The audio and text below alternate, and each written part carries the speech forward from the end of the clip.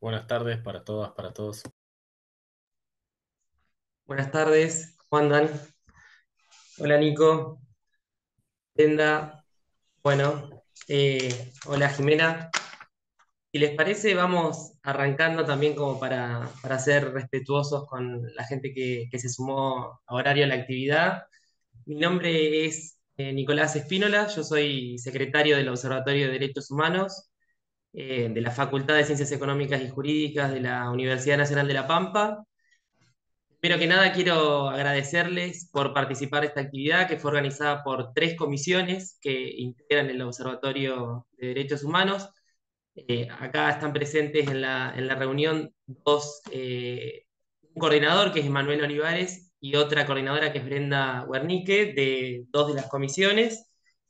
Y nada, me parece que es importante que empecemos a promover este tipo de actividades en el marco de de las personas que se encuentran en situación de vulnerabilidad y en el ejercicio de sus derechos políticos. Así que quiero agradecerles de nuevo por participar, no voy a robar más tiempo, así Brenda puede coordinar esta actividad y agradecerte también, Jimena, por participar de la misma. Nada más. Bueno, muchas gracias Nico por esta presentación. Bueno, bienvenidos a todos a este conversatorio que nos reúne el día de hoy, que se denomina Accesibilidad Electoral, el sufragio activo de las personas en situación de vulnerabilidad. Y tenemos el placer de contar con la disertación de la doctora Jimena de Allende, que tiene una larga trayectoria en este tema que vamos a tratar. Jimena es abogada egresada de la Universidad Nacional de Córdoba, es embajadora argentina de la Bandera Internacional de la Discapacidad y la Superación desde el año 2018. Fue colaboradora de la Junta Electoral Municipal de la Ciudad de Córdoba para las elecciones municipales del año 2023 y actualmente se desempeña como secretaria general de comisiones del Consejo Deliberante de la Ciudad de Córdoba y en representación del Consejo viajó a Madrid en la semana pasada del mes de mayo para formar parte de la primera convención panhispánica de lenguaje claro y accesible que organizó la Real Academia Española.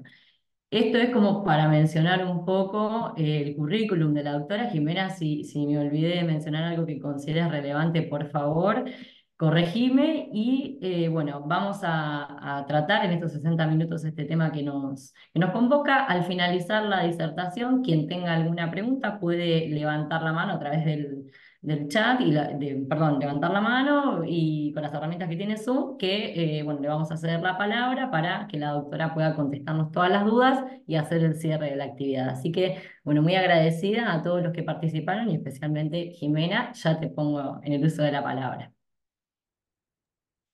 Bueno, muchísimas gracias. La verdad que para mí es un honor estar, es la primera vez que voy a hablar ante la gente de La Pampa, muy orgullosa y muy contenta de esta invitación. Para mí es un placer poder hacerlo en el marco de un observatorio tan importante que tanta falta nos hace actualmente. Y para comenzar con mi alocución, a mí me gustaría darles una breve introducción de qué pretendo con esta charla, con este conversatorio.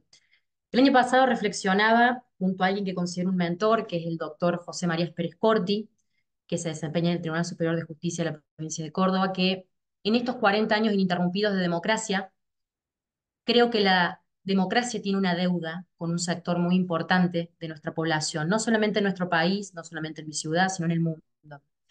Y lo que yo vi, lo que yo veo actualmente es que hay algunos ciudadanos que parecen que aún siguen siendo invisibles, o peor aún, visibles, pero poco insignificantes a la hora de adoptar políticas públicas e impartir justicia. Entonces, a través de este conversatorio, lo que yo busco no es dar una clase magistral, sino simplemente invitarlos a reflexionar. Espero poder interpelarlos, incomodarlos en algunos momentos y de esta manera tratar de que independientemente del rol que ocupemos en la sociedad, tengamos herramientas para analizar críticamente la misma y de esta manera la podamos transformar. No puedo correrme de mi rol de abogada. Siempre digo que para mí ser abogado es un privilegio y un honor. Entonces espero que aquellos hombres y mujeres de derecho que me estén escuchando puedan, cuando termine esta disertación, tener una pequeña chispa, algo que haga más que hagamos un cambio jurídico o legislativo o judicial, hagamos un cambio más bien de corazón. Así que sin más, arranco. Lo primero que voy a hacer es, por supuesto, dar un marco normativo, conceptual, para saber dónde estamos posicionados. Como ustedes saben, el título de esta disertación tiene que ver con los derechos políticos, específicamente con el sufragio activo, es decir, con el derecho a elegir libremente que tienen los ciudadanos. Y me gustaría empezar con una frase y entenderán en el transcurso de la disertación por qué esa frase. Esto lo tomo de un fallo argentino y la frase dice así: quédense tranquilos que yo después les voy a remitir un documento con toda la disertación que yo les estoy dando para que no puedan quizás más prestar atención y no tanto detenerse en la toma de apuntes. Este fallo dijo así: el derecho a votar libremente por un candidato de su propia elección es la esencia de una sociedad democrática, pero escuchen esto: toda restricción irrazonable de ese derecho golpea el corazón de un gobierno representativo. A lo largo de esta charla vamos a intentar reflexionar cuándo el derecho electoral, cuándo un ente, un organismo electoral, restringe razonable o irrazonablemente un derecho político, perdón, que ahora veremos la trascendencia que tiene el mismo a lo largo de la historia y por supuesto entenderemos cabalmente la importancia que tiene darle relevancia en nuestras leyes modernas a este derecho y específicamente a la accesibilidad dentro del derecho político.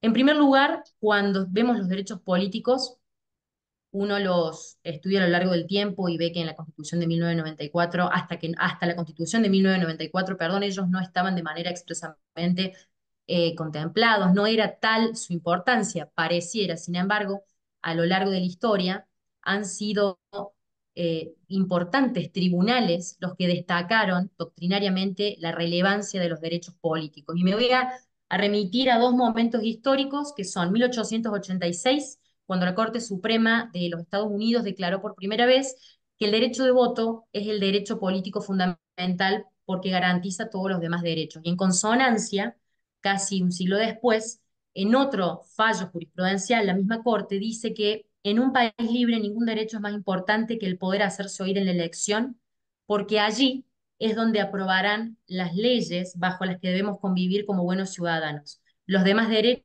dijo la Corte, incluso los más esenciales, son ilusorios si el derecho de voto se ve menoscabado. Entonces, de esta forma, los distintos tribunales nos han ido marcando cierto norte, y es que el derecho o los derechos políticos, donde el derecho fundamental o por excelencia es el derecho al sufragio, es el derecho de los derechos. Esa es la concepción que tenemos cuando hablamos del famoso derecho de sufragio o el derecho a votar. Y en este momento hay una autora que a mí me llamó mucho la atención, hace ya muchos años que escribe, pero creo que está muy en auge su manera de entender los derechos políticos, porque ella dice que los derechos políticos son derechos políticos humanos. Y creo que no es neutral esta caracterización que hace, porque en su análisis de la Declaración Universal de los Derechos Humanos de 1948, Sonia Picado lo que hace es decir, como son una categoría de los derechos humanos, derechos políticos, dice, bueno, acá hay tres características fundamentales. Primero, al ser una categoría, le podemos aplicar las normas desarrolladas en el mundo de los derechos humanos, que no es algo menor. En segundo lugar, dice que los derechos políticos humanos van a interactuar con demás derechos reconocidos, no solo nacionalmente, sino también internacionalmente. Y por último, al ser esta categoría dentro de los derechos humanos, le da características propias que de cierta manera requiere que activemos mecanismos, procedimientos e instituciones para que se pueda ejercer efectivamente.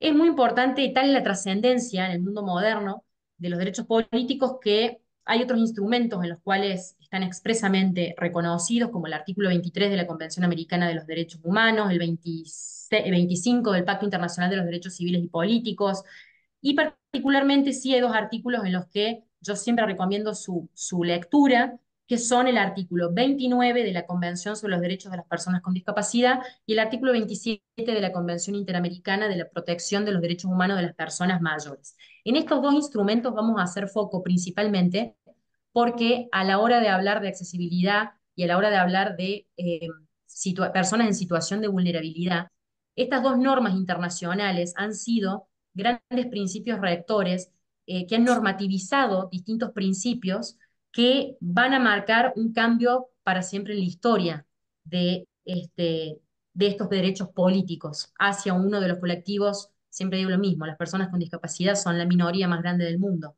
Entonces, hablamos de colectivos muy importantes, muy relevantes, y que actualmente está, creo yo, en nuestro país y en muchos otros sectores a nivel mundial, se está poniendo en discusión verdaderamente cuál es la intervención que el Estado debe tener a favor de estas poblaciones que muchas veces están atravesadas por grandes e importantes situaciones de vulnerabilidad.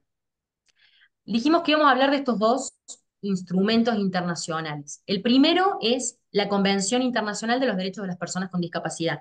Si hay algo que hay que entender y tener muy claro, es que esta convención surge por una evidente, manifiesta necesidad de darle visibilidad a derechos que quizás ya existían, pero que tenían un escaso o nulo grado de cumplimiento. ¿Por qué digo esto? Porque en esta declaración del mismo texto surge que los estados reconocen y la misma comunidad de personas con discapacidad a lo largo y ancho de todo el planeta reconocen que no es suficiente el esfuerzo que ha hecho la humanidad a lo largo de la historia para poder garantizar los derechos de la comunidad de las personas con discapacidad. Entonces, en este marco que destaco, creo que hay que tener muy presente, es que hay un lema que no es insignificante en lo más mínimo y por ahí muchas veces pasa de lado cuando entramos o nos adentramos en el análisis de la convención y tiene que ver con esta famosa frase que es nada de nosotros sin nosotros. Esta frase fue acuñada por el colectivo de las personas con discapacidad, es el corazón, es el lema de esta convención que no nace con la convención que fue suscrita en el año 2008 y que fue en el 2014, se le otorgó jerarquía constitucional con nuestro país por Argentina, sino que se remonta a 1970, especialmente a Estados Unidos, a la Universidad de Berkeley, en California, donde hubo un movimiento muy importante, donde lo que se buscaba transmitir, lo que se buscaba defender, era la vida independiente de las personas que tenían discapacidad. Y este fue el lema del cual la convención se nutrió y que debe inspirarnos a nosotros a la hora de interpretar cualquier norma jurídica o cualquier herramienta que queramos nosotros poner a disposición de las personas con discapacidad o de trabajar la accesibilidad, porque verán a lo largo del análisis que tengamos el día de hoy que es imprescindible que cualquier decisión o solución que adoptemos sea validada siempre y en última instancia por una persona con discapacidad, por una persona beneficiaria o usuaria de la medida que vayamos a adoptar.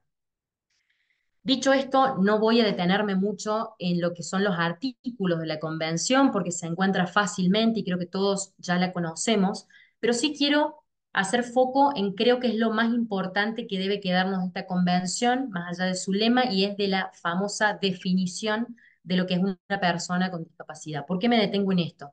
Porque incluso el día de hoy hay muchas personas que sin tener un conocimiento en la especialidad de la temática o de los derechos específicos de las personas con discapacidad, que aún el día de hoy no tiene la certeza de cómo se define o cuándo se configura una situación de discapacidad en la práctica. Entonces me parece fundamental que entendamos lo siguiente.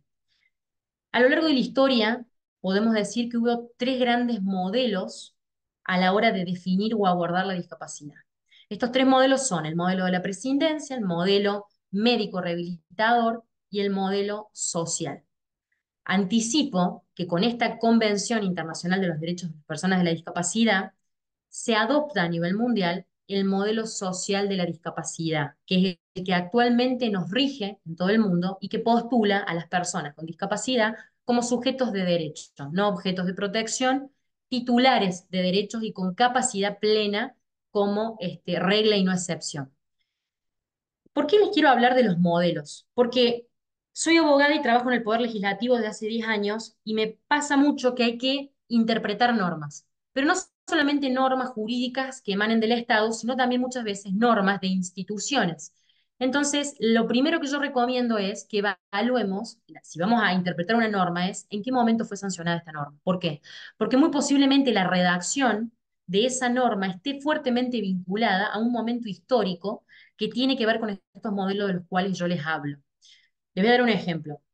Nuestro Código Electoral Nacional habla específicamente, expresamente, de que la persona sordomuda no puede votar. Entonces, cuando uno analiza esto, pareciera que a la luz de los derechos humanos, de una perspectiva de derechos humanos que tenga en cuenta a la ciudadanía atravesada por una situación de vulnerabilidad, parecería absolutamente absurdo, ilógico, increíble, pero la realidad es que cuando uno va a la fecha de sanción del código, entiende que en aquel momento teníamos otro modelo vigente. ¿Qué quiero decirlo con los modelos muy brevemente? Primero, cuando se hablaba en la historia de la humanidad del modelo de la presidencia, que esto es algo, son recursos más bien eh, que usamos nosotros para entender e interpretar normas, pero no es algo verdaderamente académico o que tenga una fecha de inicio y de finalización como si lo puede ser, no sé, la Revolución Francesa que marca un hito de una era, etcétera. No es algo tan tajante. Es simplemente para que se pongan en los zapatos del modelo a la hora de interpretar una norma. Les decía que había un modelo de la prescindencia. ¿Qué era esto? La persona con discapacidad, y esto ni siquiera lo dicen los libros de historia, era absolutamente imprescindible para la humanidad. Tan es así que por ejemplo, en el nazismo, las personas con discapacidad eran los principales sujetos de experimentación, entre otras miles de situaciones que por supuesto no voy a contar para que podamos avanzar rápidamente el derecho electoral. Pero este modelo de la presidencia nos hablaba de que las personas ni siquiera eran personas, eran cosas de las cuales uno podía prescindir para sacar un beneficio o un provecho. Incluso se hablaba, imagínense esto, de que en otras partes del mundo quien tenía discapacidad era un castigo divino, porque algo mal quizás había hecho en otra vida pasada, un familiar o algo karmático. Digo, así arrancó la historia de la humanidad. Esto fue evolucionando con el correr de los siglos y pasamos al modelo médico rehabilitado. Este modelo médico rehabilitador está aún hoy muy, pero muy presente, no solamente en los profesionales de la medicina y de la salud, sino también en muchos profesionales del derecho, en muchos jueces, en muchos escritos de distintas instituciones. Y ustedes van a advertir este modelo cuando vean que lo que busca la norma en particular es curar a la persona con discapacidad. ¿Por qué les digo esto? Porque la persona con discapacidad, según este modelo, es sinónimo de limitación o deficiencia. Yo soy mi diagnóstico, yo soy mi discapacidad y nada más. Es un modelo que surge principalmente con el advenimiento de las guerras mundiales, que interpretó esto. A ver, tenemos un sinnúmero de ciudadanos que por ir a la guerra están quedando con distintas discapacidades. Bueno, tenemos que sanarlos, tenemos que curarlos y reinsertarlos. De esto se trató el modelo médico rehabilitado. Por suerte, con el devenir del tiempo, y como les comenté, con este gran e importante movimiento de 1970 en Berkeley, California, Estados Unidos, se pensó a entender que las personas con discapacidad no son su diagnóstico, que las personas con discapacidad no son sinónimo de una deficiencia, sino que son sujetos de derecho que tienen nombre y apellido. Y les hice toda esta pequeña introducción para darles ahora sí la definición de discapacidad. Y vamos a ir a un ejemplo, porque muchas veces no se entiende si no vamos al ejemplo. Decimos que habrá discapacidad cuando una persona que tenga una deficiencia, y esta deficiencia puede ser temporal o permanente, visible o invisible, física, sensorial, etcétera. Cuando una persona con una deficiencia, al interactuar en la vida, encuentre una barrera en el entorno.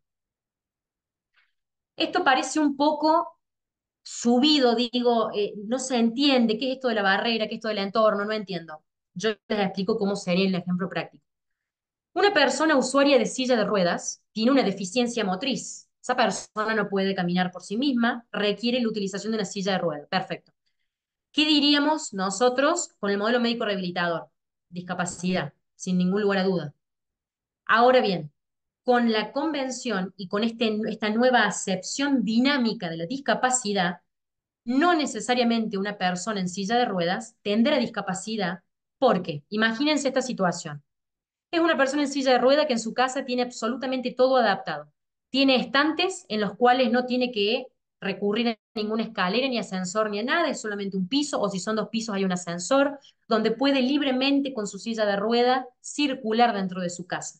Esa persona dentro de su casa no se sentirá con discapacidad, no estará en situación de discapacidad pese a tener una limitación motriz. Ahora bien, si esa persona sale de su casa y se encuentra con la vereda rota, o la vereda está sana pero no tiene rampa, o si tiene que tomarse un taxi pero el taxi no se detiene porque no quiere guardar una silla de ruedas en el baúl, etcétera, etcétera, etcétera, esa persona sí estará en situación de discapacidad, porque a la hora de interaccionar con el entorno, que el entorno se entiende como la sociedad, allí encuentra barreras, obstáculos. ¿Para qué? Para poder participar plenamente de la vida en sociedad o para ejercer alguno de sus derechos. Esa es la concepción de la discapacidad. Y ustedes van a entender la vital importancia que tiene la accesibilidad, porque veremos que la accesibilidad no solamente permite o hace más fácil la utilización de productos, servicios del entorno y demás, sino que puede en muchos casos evitar que una persona esté en situación de discapacidad. Ya lo vamos a ver con el transcurso de la charla. Habiendo dicho esto, les comento, para quedarnos en el concepto de discapacidad, que la DINE, que es la Dirección Nacional Electoral, ha dicho algo muy atinado, y es que estas barreras de las que les hablo y habla la Convención Internacional de los Derechos de las Personas con Discapacidad son obstáculos que puede encontrar un ciudadano, un elector, en el proceso electoral específicamente hablan. Y que estas barreras pueden ser comunicacionales, arquitectónicas, en los mecanismos de votación y socioculturales. Esto para que no nos quedemos solamente con que hace falta una rampa o que, por ejemplo, es necesario que haya un colectivo adaptado, porque hay muchas de esas barreras que dependen de ustedes y de mí, de que tengamos determinado conocimiento sobre cómo vincularnos empáticamente con otra persona para que desde nuestra ignorancia no discriminemos y no afectemos derechos. Esto simplemente se lo digo para que sepamos el universo de barreras con el que se encuentra una persona cotidianamente. Y después nos abordaremos, por supuesto, a lo que hace estrictamente al proceso electoral. Les recomiendo que lean el artículo 29 de la Convención Internacional de los Derechos de las Personas con Discapacidad. Es un artículo bastante largo, pero básicamente se lo resumo y dice que estas personas, este colectivo, tiene derecho a poder ejercer en igualdad de condiciones el resto de sus derechos, al igual que los ciudadanos tengan o no tengan discapacidad. Es decir, se habla de igualdad de oportunidades, igualdad de condiciones. Y ustedes saben que la Constitución Nacional permite o expresamente prevé determinadas acciones positivas para que nosotros accionando, implementando acciones en la práctica, podamos garantizar la igualdad de oportunidades, la igualdad de condiciones, igualdad de trato a la que se está refiriendo la Convención Internacional de Derechos de las Personas con Discapacidad.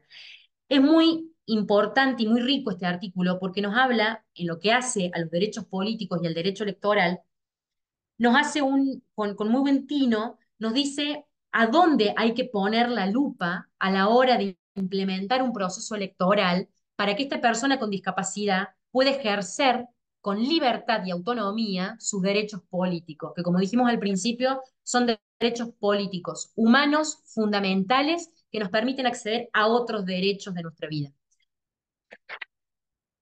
Lo que quisiera destacar, que sí esto por ahí no se suele decir mucho porque es algo muy específico, es hablarles del comité.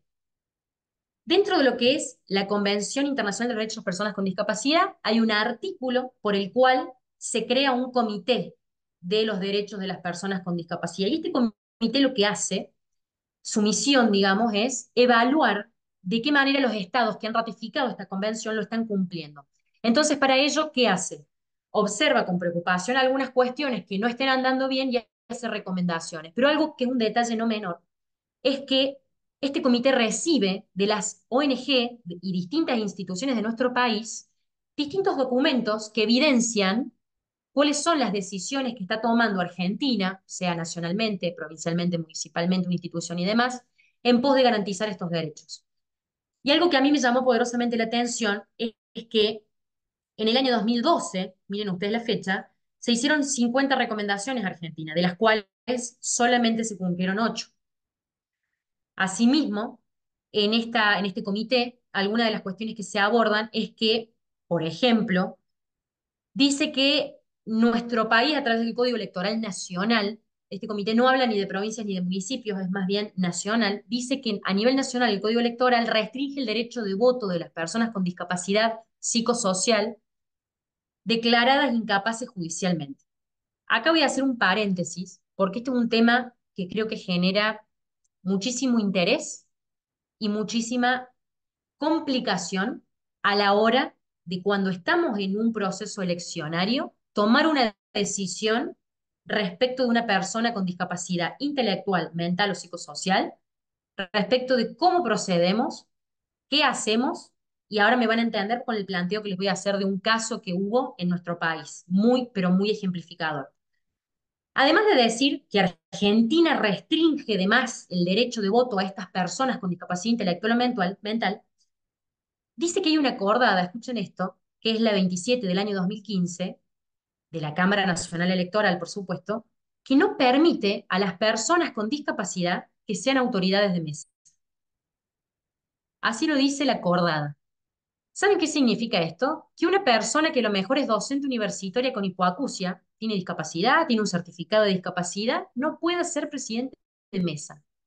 A mí me sigue sorprendiendo que a 10 años de haber firmado la Convención Internacional de los Derechos de Discapacidad, por favor, aún esté esta acordada vigente. Esto lo ve el comité. Además de esto, dice, nos preocupa que en Argentina, y acá viene un rasgo de género, sean las mujeres con discapacidad las que menos participan. O sea, ya las personas con discapacidad participan poco, pero las mujeres menos todavía.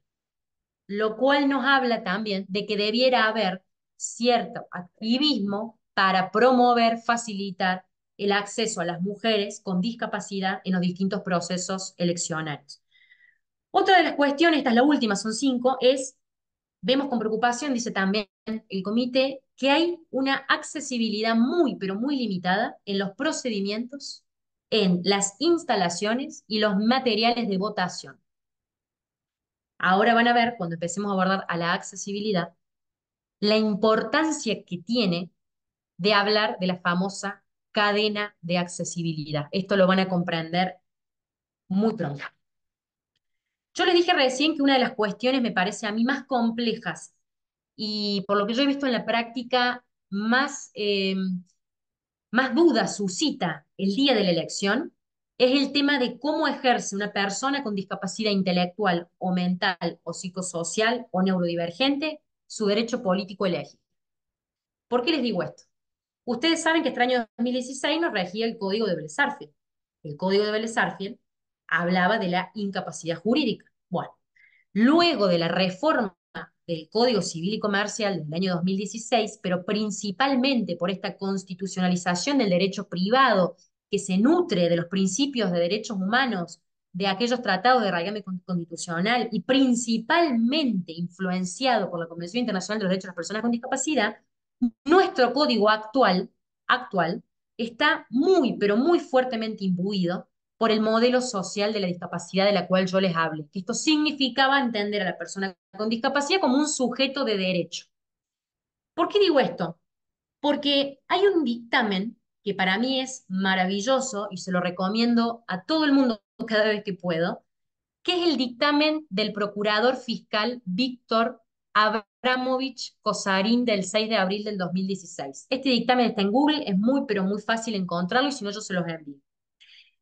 Este procurador hizo un dictamen brillante porque interpretó en un código civil y comercial recientemente modificado, pero con una claridad absoluta en los principios de esta Convención de los Derechos de las Personas con Discapacidad, hace un dictamen que permite a una persona que había sido declarada incapaz judicialmente que vuelva a votar. Les voy a dar el caso. En el año 2000 hay un hombre que es declarado incapaz por una enfermedad mental. Pero el hombre, en el año 2005, empieza a manifestar de forma muy clara y contundente que él quería votar en las elecciones nacionales.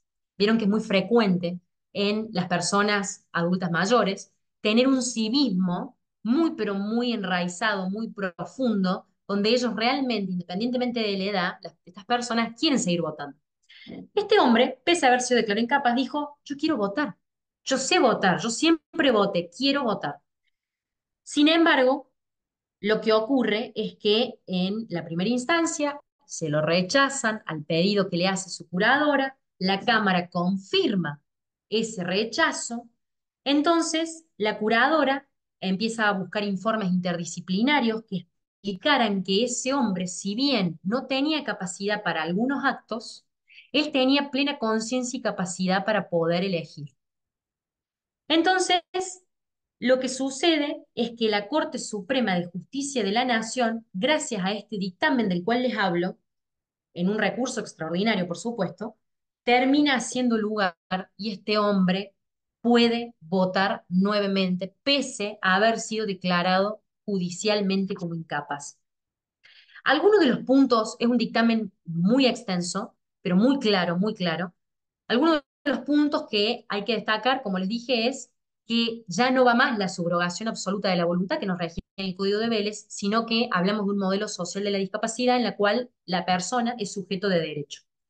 Además, dice Víctor Abramovich, que la capacidad general se presume y que la limitación para realizar determinados actos jurídicos es siempre excepcional, es siempre en beneficio de la persona y es siempre en el caso concreto. Vamos a bajar esto un poco a la realidad. Actualmente hay procesos judiciales donde uno puede intervenir como abogado para restringir la capacidad o limitar la capacidad de una persona. Yo les quiero contar que en este proceso judicial lo que uno debe hacer es decir, vamos a suponer que es sobre Jimena de Allende, la restricción de capacidad. Bueno, habrá que decir si Jimena puede administrar dinero o no, si puede bañarse por sí misma o no, si puede votar o no. Es decir, a la hora de restringir la capacidad actualmente en virtud del Código Civil y Comercial y todas las normas de las cuales le hablé de derechos humanos, hay que hacer un estudio pormenorizado, especializado, para determinar si esa persona quizás no tenga capacidad para determinados actos, pero por ejemplo, para ejercer un derecho político, sí la tenga. Y acá quiero aclarar algo muy importante que los jueces de nuestro país creo que están en deuda, e incluso los organismos electorales, con las personas con discapacidad, y es lo siguiente.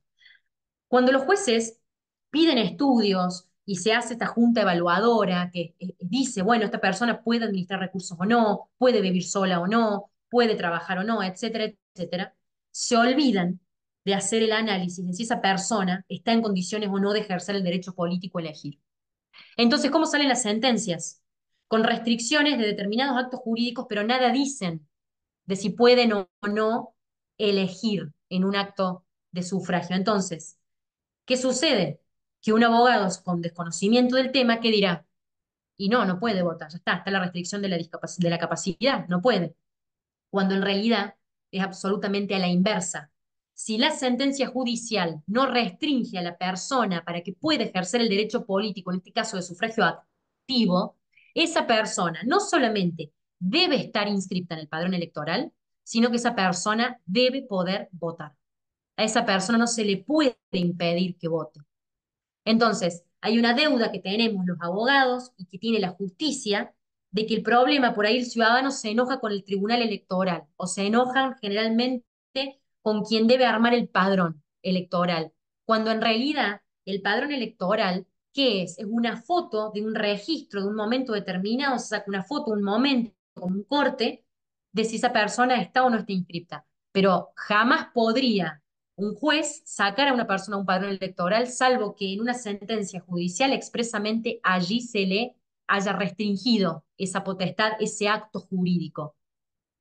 Esto lo digo porque por ahí los abogados que no litigan en esta temática, es allí donde está, me parece, el escollo de la cuestión, donde hay que hacer foco a la hora de plantear una sentencia, a la hora de llevar a una persona a la justicia, y por supuesto que sería mucho más fácil de esta manera que un tribunal electoral, que un organismo electoral pueda luego tener padrones acordes y coherentes con la realidad de las personas. De todas maneras, les aclaro, por si alguna vez les ha pasado, la persona con discapacidad que no puede votar porque se encuentra absolutamente impedida, porque está con una enfermedad muy grave, porque está postrada, por lo que fuese, a esa persona jamás, yo nunca lo he visto, jamás se le aplica una multa, porque generalmente son los tribunales electorales los que dicen que a las personas con discapacidad que no hayan podido concurrir a votar se las excusa, etcétera, etcétera. Entonces, en la praxis, digamos, no genera un problema mayor para las personas con discapacidad, pero sí es algo que habría que solucionarlo, me parece a mí, abordarlo antes. Otra de las cuestiones importantes de este dictamen es que la limitación del ejercicio del derecho a voto siempre tiene que estar sujeta a un examen estricto, como les había dicho yo. No es un examen general, no es simplemente hacerle una pregunta, bueno, usted a quién sabe que lo que es votar o a quién va a votar. Yo ahora les voy a contar un caso. Yo estuve como observadora para una organización internacional sin fines de lucro el año pasado en Las PASO y me pasó una situación muy particular donde me enojé un poco. Como observadora yo no puedo asesorar, simplemente puedo escuchar, pero me enojé mucho porque dije cuánta capacitación nos falta como argentinos, porque me respondió una presidenta de mesa que ella solamente iba a dejar votar a la persona con discapacidad si la persona con discapacidad le decía, primero, a qué se estaba votando, quiénes eran los candidatos y si le podía dar algún tipo de información de los candidatos. Yo la verdad no entendí el porqué de esta respuesta, pero me lo dijo con una convicción tan profunda que dije cuánto nos falta de capacitarnos, de empatizar, de sentir un poco con la lógica también, de estudiar un poco y decir, no podemos pedirle a una persona con discapacidad que nos diga qué es votar, a quién está votando, de qué partido es una locura. Pero, ¿por qué les digo esto? Porque todo lo que yo digo pareciera que todos lo sabemos, que es hermoso, está en los libros, lo dicen los grandes doctrinarios, los jueces, pero en la práctica lejos estamos de aplicar esos principios y esas normas internacionales tan importantes. Y lo último que destaco del dictamen, después lo buscan y lo leen, que es muy largo, es que ya hoy en día, me río porque lo debo seguir diciendo, ya no podemos hablar de demente. Y sigue habiendo sentencias y sigue habiendo organismos y leyes que hablan de los dementes declarados en juicio. Entonces, miren ustedes, en el 2016 el procurador nos decía, por favor, no hablemos más de dementes y modifiquemos el Código Electoral Nacional cuando habla de los sordomudos o de los dementes declarados en juicio. Bueno, son cuestiones que nos interpelan, me parece, un poco a todos.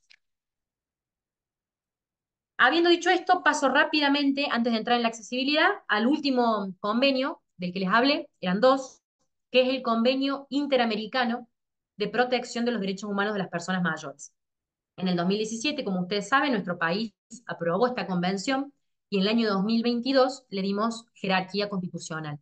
Es una convención muy moderna, muy importante. Miren que ya en el título habla de los derechos humanos de las personas mayores. Y en el artículo 27, al igual que lo hacía la Convención de las Personas con Discapacidad en el 29, en el 27, aquí nos va a abordar específicamente los derechos políticos de las personas mayores. Y habla prácticamente en un tono muy similar de la Convención, inspirado en la Convención, porque dice que el Estado y los ciudadanos debemos garantizar los procedimientos, las instalaciones y los materiales electorales que sean adecuados, accesibles y fáciles de entender y de utilizar. Pero hay un punto que me pareció muy atinado, muy importante dentro de este artículo, que es proteger el derecho de la persona mayor a emitir su voto en secreto sin intimidación. Y ya veremos ahora lo importante de esto cuando analicemos una de las medidas de accesibilidad, que es la famosa o el famoso voto asistido o asistencia en el voto, tan controvertido. Entremos ahora bien, como había dicho, en específicamente lo que nos convoca hoy, que es la accesibilidad específicamente en lo que atañe al derecho de sufragio activo. Cuando uno piensa en la accesibilidad y uno va a la RAE, ¿qué le va a decir la Real Academia Española? Que la accesibilidad es una condición que tienen que tener los entornos, los productos, los servicios, para que estos sean comprensibles, utilizables, practicables por todos los ciudadanos. La convención, quiero destacar esto, de las personas con discapacidad, miren si será tal la importancia que le da a la accesibilidad, que lo aborda como un principio a la accesibilidad, como un derecho y consecuentemente como una obligación de los estados que han ratificado este convenio. Y está presente al menos 21 veces a lo largo y ancho de esta convención la palabra accesibilidad o accesibles. ¿Por qué les digo esto? Porque hay que entender que si hay algo o una palabra que define la accesibilidad es la transversalidad. Es decir, la accesibilidad debe estar presente no solamente en los derechos políticos, sino en pos de garantizar todos los derechos humanos de las personas con discapacidad, pero en todo momento. Y ahora van a entender cuando veamos lo que se llama cadena de accesibilidad. Creo que si tuviésemos que definirla o explicarla y su importancia, nos tendríamos que ir sin duda al preámbulo de la convención, porque allí dice que es la accesibilidad la que permite que las personas puedan gozar plenamente de sus derechos humanos y libertades fundamentales. Como contracara o como compañero de viaje de la accesibilidad, siempre digo que está el diseño universal, que también creo que hoy en día es algo desconocido por nosotros. Este diseño universal está definido también en la Convención Internacional de los Derechos de las Personas con Discapacidad y dice que este diseño, ya no hablamos de una condición, sino del diseño específicamente, para que las personas, en la mayor medida posible, sin necesidad de algo específico para ellas, ninguna especificidad, puedan gozar, utilizar de esos productos, servicios o del entorno. Pero si vamos a hablar de diseño universal, lo que hay que entender y memorizar es que el diseño universal no es solamente para derribar barreras, como dicen muchas personas, sino que lo más importante es que si uno aplica el diseño universal, que es pensar que algo sea usado por todos, disfrutado por todos, es que el diseño universal nos permite prevenir las barreras. Creo que esa es la trascendencia que tiene el famoso diseño universal a la hora de aplicarlo. Es que no solo derriba estas barreras, de las cuales hablamos al principio, con el ejemplo de la persona usuaria de silla de rueda, sino que evita que esa persona se encuentre en situación de discapacidad y previene que esa persona se sienta discriminada en el entorno o en la sociedad.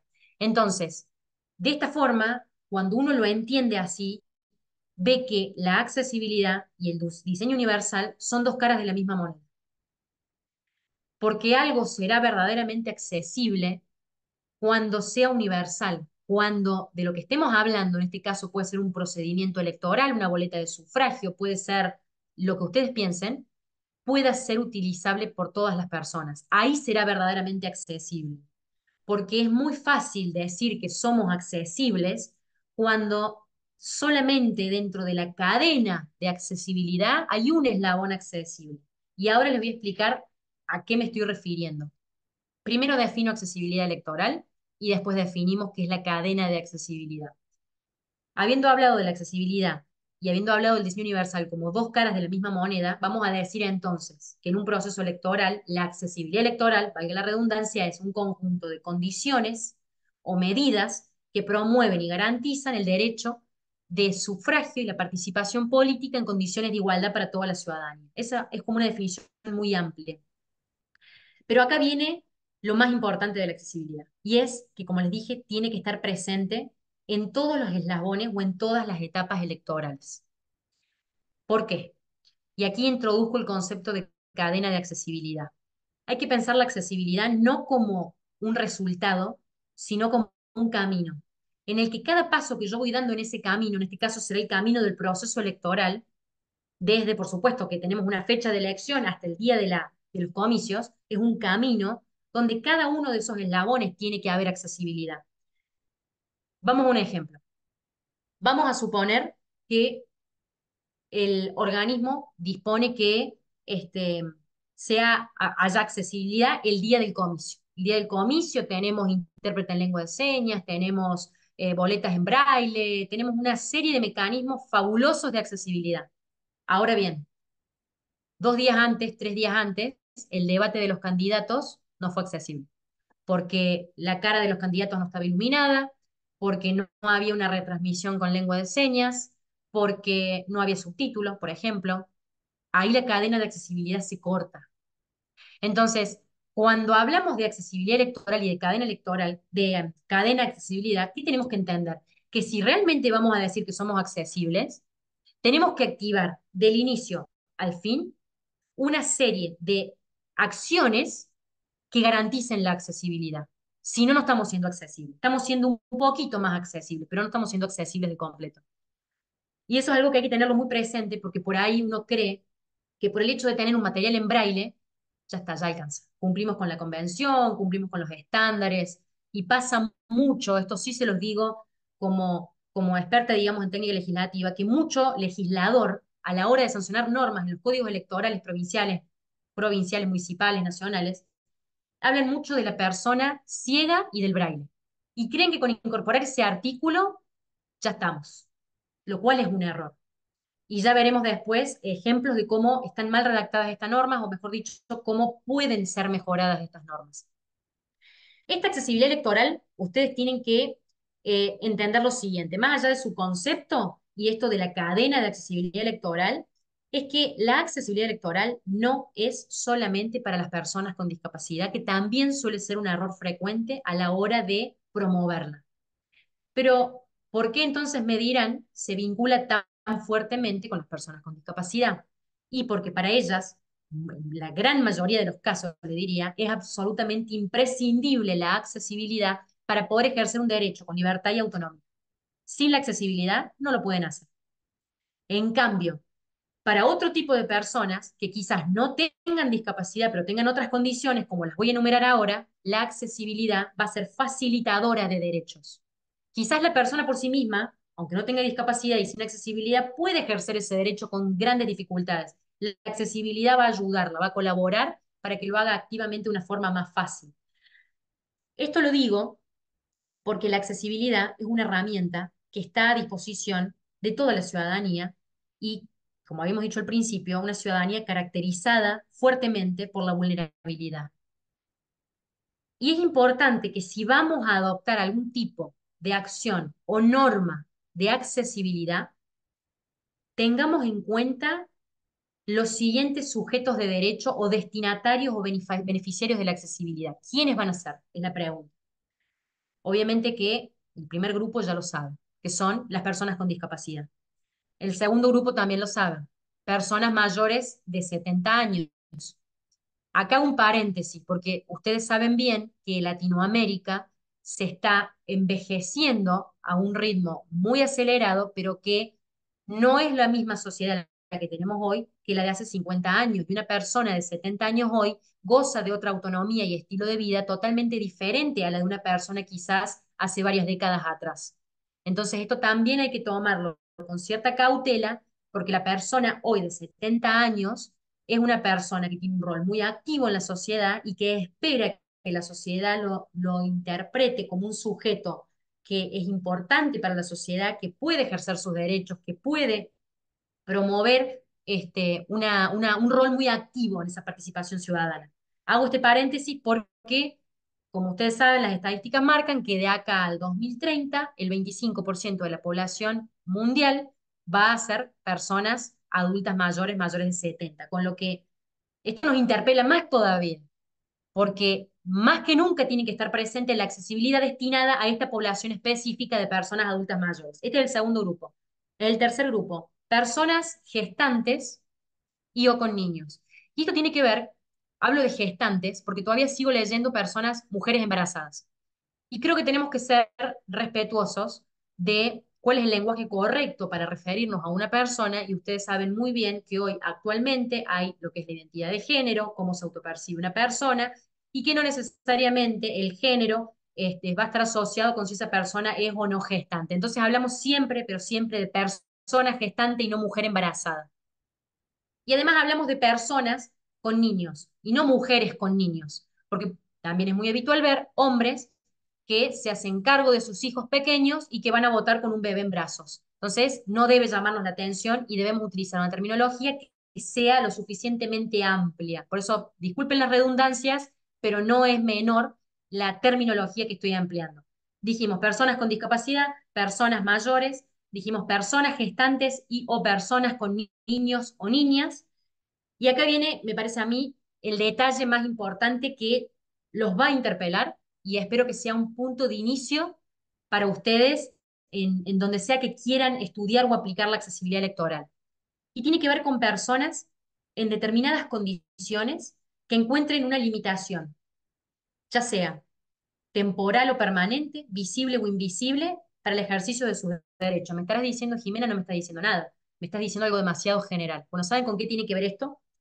Esto tiene que ver concretamente con personas en tratamiento oncológico, personas trasplantadas, personas con inmunodeficiencia o inmunodeprimidas, ya sea por algún tipo de enfermedad, por algún procedimiento como un tratamiento oncológico como la quimioterapia, una persona con VIH-Sida, entre otras personas, porque por ejemplo hay remedios como los corticosteroides que lo que hacen es debilitar el sistema inmunológico de las personas. Entonces esa persona está inmunodeprimida o con una inmunodeficiencia. ¿Qué es esto para los que no son médicos? Es que la persona y su sistema inmunológico, que es el que ataca a las bacterias, a los virus y que evita las enfermedades, se encuentra débil. ¿Qué significa esto? Lo digo más fácil todavía. Que si a esa persona la ponemos en una situación donde hay una conglomeración de personas, hay 50, 100, 20, 30 estornudando, hace frío, muchas veces las elecciones son en junio o julio, esa persona posiblemente tenga grandes posibilidades de encontrar una enfermedad muy seria. Una gripe para una persona inmunodeprimida con inmunodeficiencia puede ser mortal. Entonces, ¿por qué hablamos de estas personas con estas características específicas? Porque ellas deben ser beneficiarias de determinadas medidas de accesibilidad a la hora de implementar un proceso eleccionario.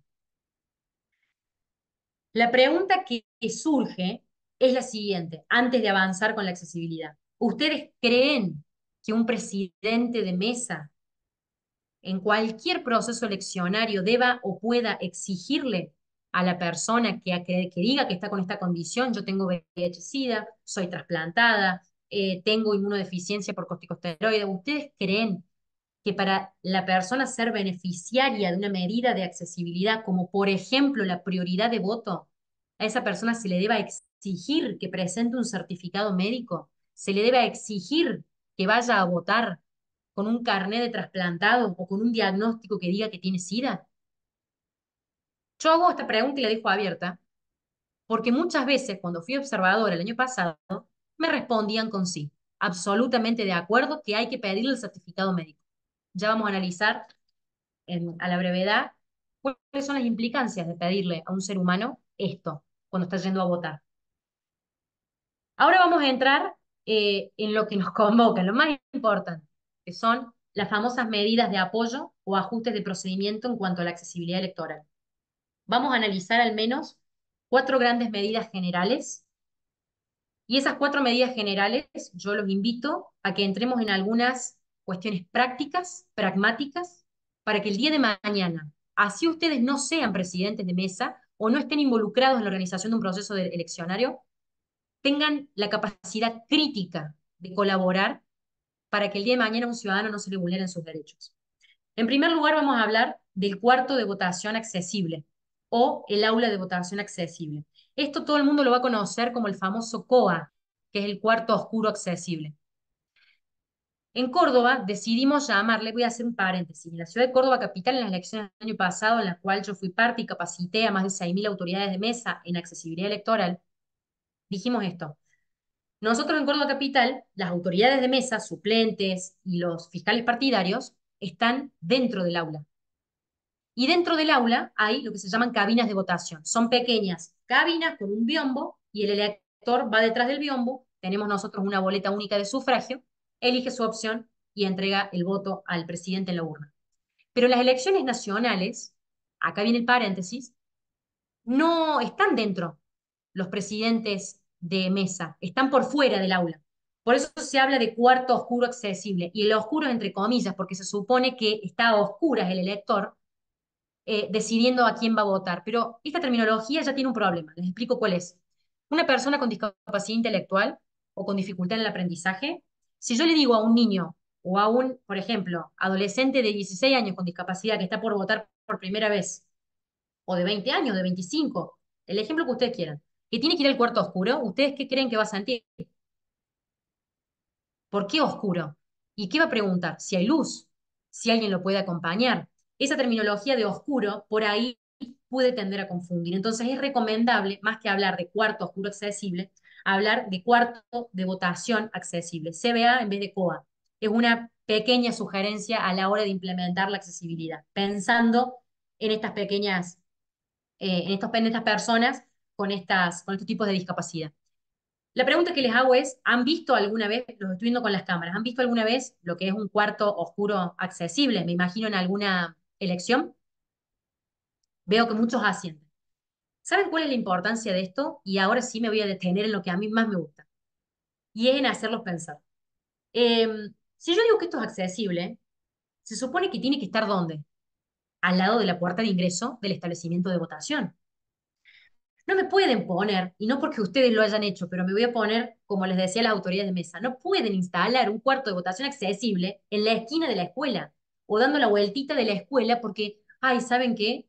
Es el único lugarcito que encontramos y que nos dieron la directora o no sé quién porque no había otro lugar. Eso no es accesible. Eso no es accesible. Y le voy a decir algo más. Ojalá Dios quiera que nunca más vuelva a ver un cuarto oscuro accesible instalado en un cuarto de mantenimiento, con una mesa de votación al lado de palos de escoba y trapos de piso. Y esto lo digo con un profundo dolor porque me cuesta creer que un ser humano considere, usando la lógica y el raciocinio, que es digno que otro ser humano vaya a votar en esas condiciones. Y también espero nunca más volver a ver en ningún lado un cuarto oscuro accesible instalado en el medio de un aula que es en el centro, abierta al cielo, digamos, en el medio, como si fuese una especie de exhibidor de que ahí está yendo a votar alguien con discapacidad o alguien con limitación o un padre con un bebé o lo que fuese. Así como también espero nunca más volver a ver un cuarto oscuro accesible abajo de una escalera en la cual caminan electores y se les cae el polvo a la gente que está votando abajo.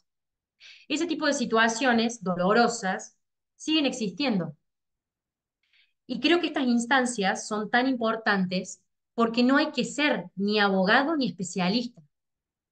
Hay que tratar de ser un buen ciudadano con empatía, que use la lógica y que tenga la capacidad de ponerse en el lugar del otro para no llevar a actos discriminatorios, abiertamente discriminatorios y crueles con otras personas.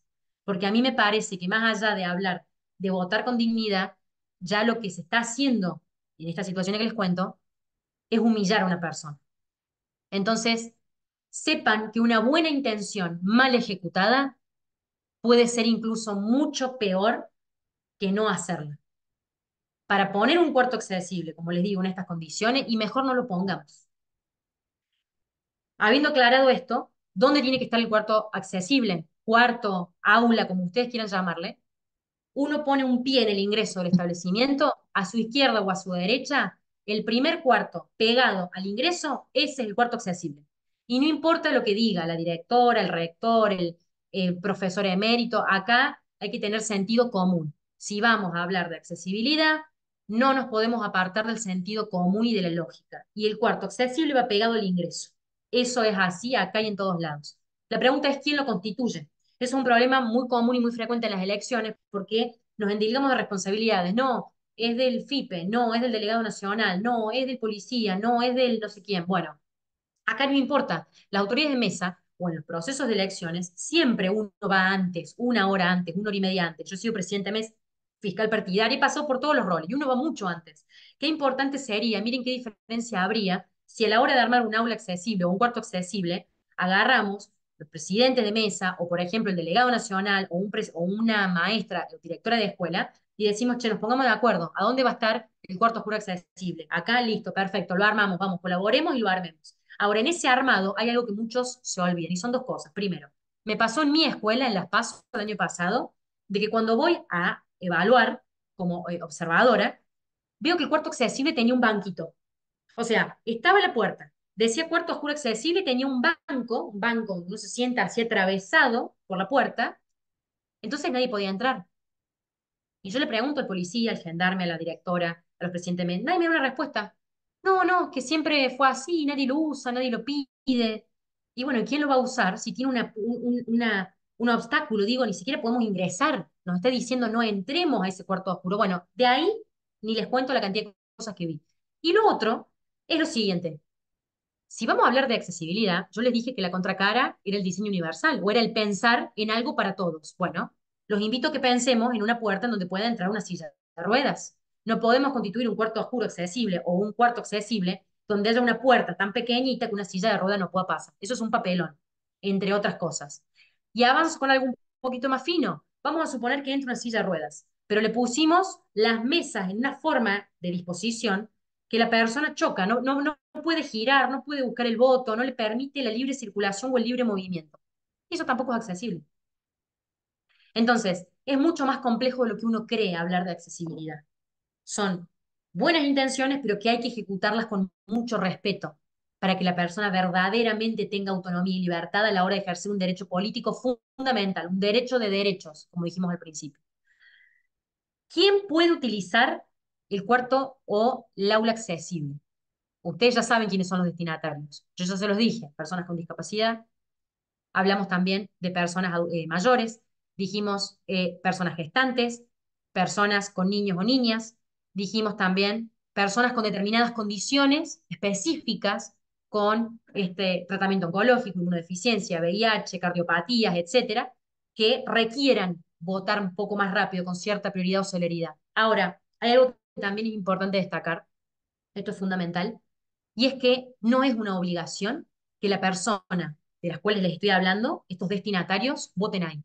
Me ha pasado mucho escuchar en las escuelas, no, pero si está en silla de rueda, tiene que votar abajo, no puede votar acá arriba, ¿qué hace acá? ¿O por qué quieren que los suban en silla de rueda hasta el piso, supónganse, uno o dos, si tiene el cuarto? No, que vote abajo, que vote abajo. Lo que quiero decir con esto es que el cuarto oscuro accesible o cuarto de votación accesible es un derecho y no una obligación.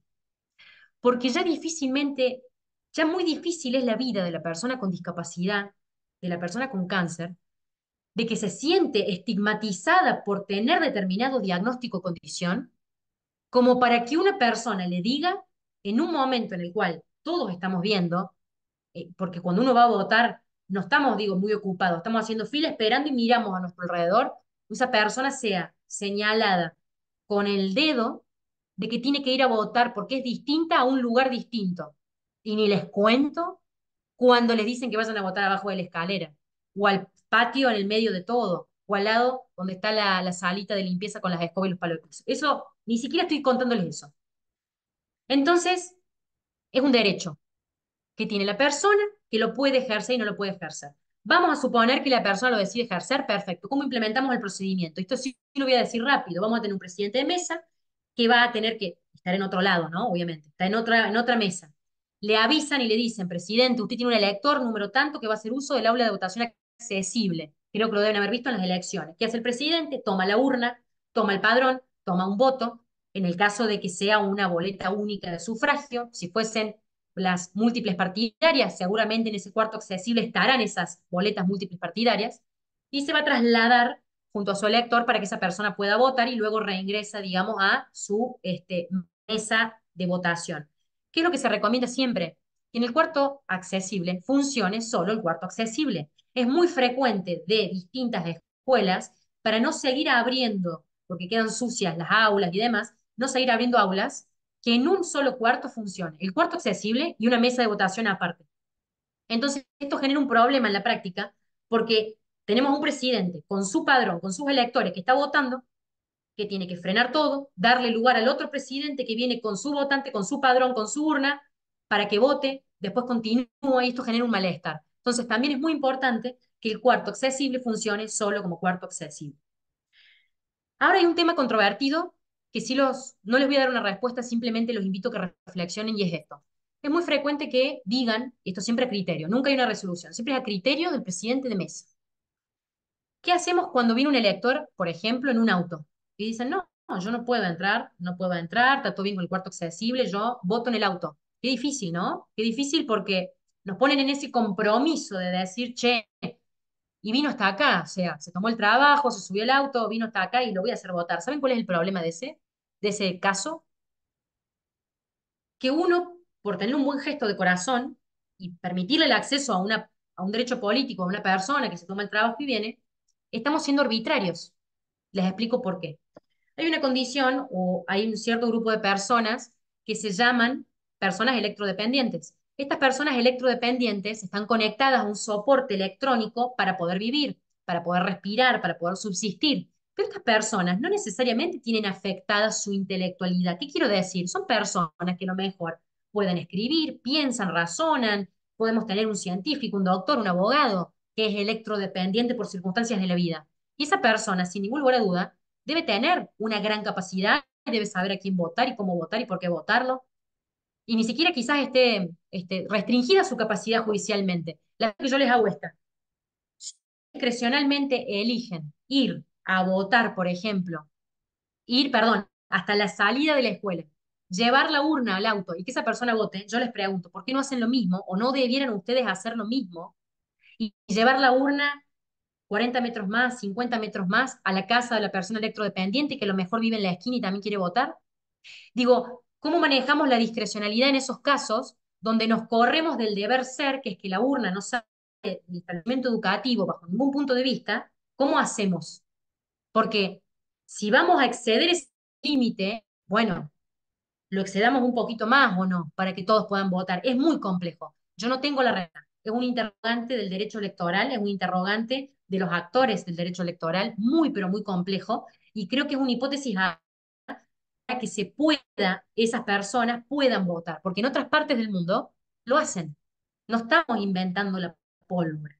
Simplemente traer a la praxis del derecho electoral una herramienta, un procedimiento que garantice que esas personas, que esos ciudadanos, puedan también votar. Pero hoy, como no está eso garantizado, no está normado, no se hace, no puede, ha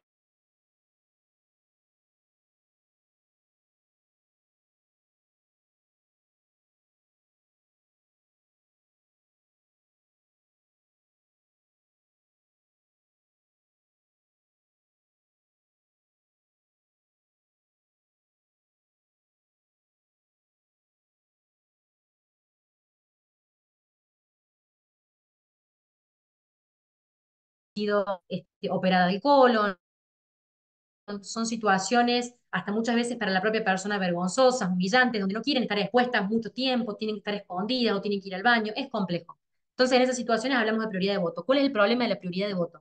Le voy a decir cuál es el problema, dos en realidad. El primero surge de algo que me contó una amiga y el segundo va a surgir de un ejemplo que les voy a poner para que también lo piensen.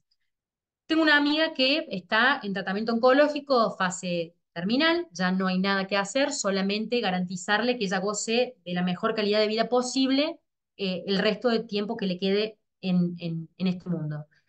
Y mi amiga tiene un civismo muy marcado, le encanta votar, el año pasado fue a votar, y fue a votar con un pañuelo. ¿Vieron que las mujeres cuando tienen cáncer y pierden mucho su pelo o sus cejas, usan pañuelos? No siempre una mujer con pañuelo tiene cáncer, pero la gran mayoría de las veces es un indicador. Bueno, mi amiga, muy flaquita, jovencita, 33 años, fue a votar, tenía un pañuelo, sus cejas muy, muy, muy peladitas, y ustedes saben que había 7, 8 personas antes, y ella había salido de una quimioterapia. ¿Y por qué les cuento esto? Porque todo esto que yo les estoy diciendo y que me asientan con la cabeza y que pareciera algo obvio, ni el presidente de mesa, ni el gendarme, ni los fiscales partidarios, ni los de la fila, nadie, absolutamente nadie, le dijo a mi amiga, ¿querés pasar primero? ¿Querés sentarte? ¿Querés un vasito de agua? ¿Necesitas algo? Y me resulta hasta doloroso lo que les estoy contando, pero es de lo más habitual, porque uno va a votar enojado, queriendo irse rápido y sin importar mucho más que poner el sobre e irse. Y digo esto porque yo les decía que uno de los destinatarios más importantes de la accesibilidad electoral van a ser estas personas con determinadas limitaciones invisibles, que en el caso de mi amiga no era invisible. Imagínense una persona con discapacidad, una discapacidad muy profunda. Imagínense una discapacidad visceral en los órganos. Una persona, por ejemplo, que tenga que ir al baño cada 10 o 15 minutos, o que tenga que tener algún elemento pegado a ella, porque obviamente de esa forma hace sus necesidades. Imagínense. Voy a otro caso de otro amigo, un amigo que no puede estar en pie más de 10 minutos porque tiene una enfermedad poco frecuente, que es una EPOF, que no tiene un diagnóstico fácil, que no tiene cura, que solamente el tratamiento es para reducir el dolor, que no puede estar parado más de 10 minutos porque se empiezan a microfracturar sus huesos. Pero él quiere ir a votar. Pero vos lo ves con las dos muletas, decís, es hombre, está con las muletas, es joven, no pasa nada. Entonces, los invito con esta charla y con esto que estamos hablando ahora, a que sea el punto pie inicial para que el día de mañana abramos un poco, siempre digo lo mismo, la cabeza y el corazón a entender que no todo pasa por lo visible, ni la discapacidad, ni las distintas limitaciones que puede tener una persona. Y esto lo digo porque me duele que muchos presidentes de mesa e incluso organismos electorales sostengan fervientemente que la persona tiene que ir con un certificado de discapacidad a presentarse como si eso fuese definitorio de su vida para que le den prioridad de voto. Y el problema de la prioridad de voto, ahora sí vi el ejemplo, es el siguiente. Supónganse ustedes que son presidentes de mesa y se presenta una persona ciega, una mujer, una persona gestante, tercera semana de embarazo, que tenemos también a un adulto de 74 años y a una persona en tratamiento oncológico y tenemos a una madre con un niño, porque una madre va con su niño a votar, no tiene con quién dejarlo, que tiene autismo. Esos son los 5 electores que están en su fila. Yo les pregunto, ¿quién creen ustedes que va a tener la prioridad de voto? ¿A quién hacen pasar primero? Bueno, pregunta difícil que les hago. Pero créanme que no es tan difícil. Es simplemente, ¿saben cuál es la respuesta correcta para esto? Hablar con los electores, algo que no hace nadie.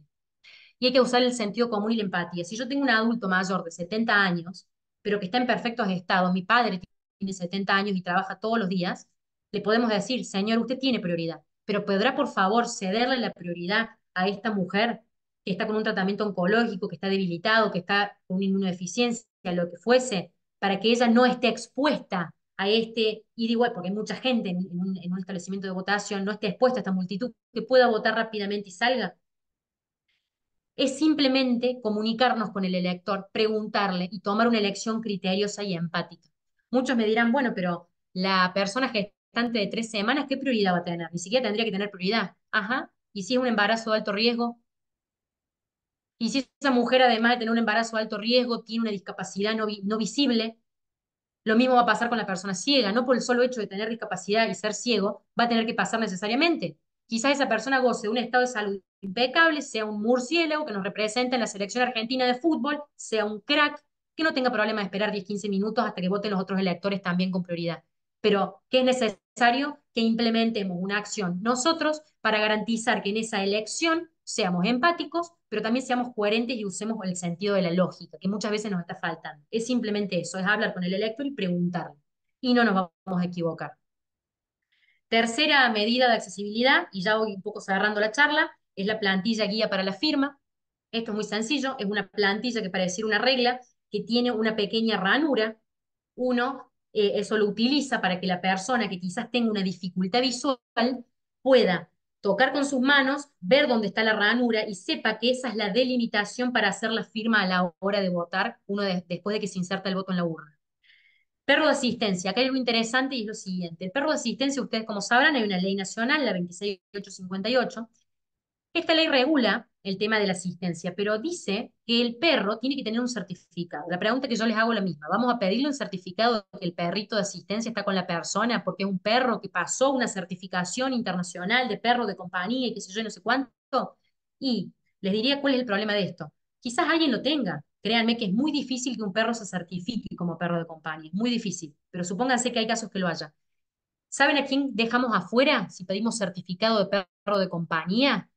Dejamos afuera un sinnúmero de animales de compañía, en su gran mayoría perros, pequeños, grandes, de distintas razas. Saquémonos de la cabeza el chip viejo de que el perro de compañía es el perro rubio Golden Retriever que acompaña a la persona ciega, que sale en las películas. Hoy un perro de compañía puede ser un perro que no tenga raza, pequeño, peludo, menos pelo. ¿Por qué? Porque está demostrado a nivel mundial que los perros a determinadas personas les ayudan a que sus estímulos y sus emociones estén controladas cuando están en contacto con ese pequeño animal.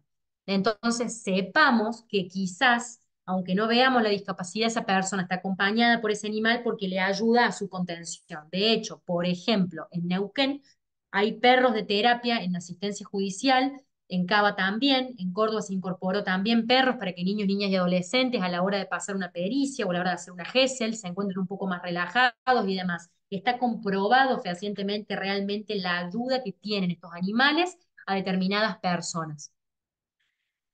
Y lo último que les quiero decir es una aclaración que no hice, que es el tema, porque no sé si voy a tener tiempo, que es el tema de las personas con autismo, personas neurodivergentes, y es lo siguiente. Aprovecho la oportunidad. Uno cree cuando va al supermercado, cuando está en el banco, cuando está en la calle, que cuando vemos a un niño, niña o adolescente tirado en el piso haciendo un berrinche, llorando, qué es lo que uno cree y piensa y dice. Qué mal el papá, qué mal la mamá, qué desastre, cómo no van a educar a su hijo. A mí con mi hijo eso no me pasa. Qué vergüenza, qué horror. Bueno, yo les quiero comentar que ese niño, niña o adolescente, quizás o muy probablemente, esté teniendo un episodio. Las personas con autismo, porque también esto es un mito o es un error, no tienen grados de autismo. Uno es más o menos autista, no es autista número 1, 2, 4, 99. Son distintos grados. Hay tantos grados de autismo como personas con discapacidad en el mundo existen. Son todas las personas con de autismo absolutamente diferentes. Pero hay personas que tienen lo que se llama hipersensibilidad sensorial. ¿Qué es esto?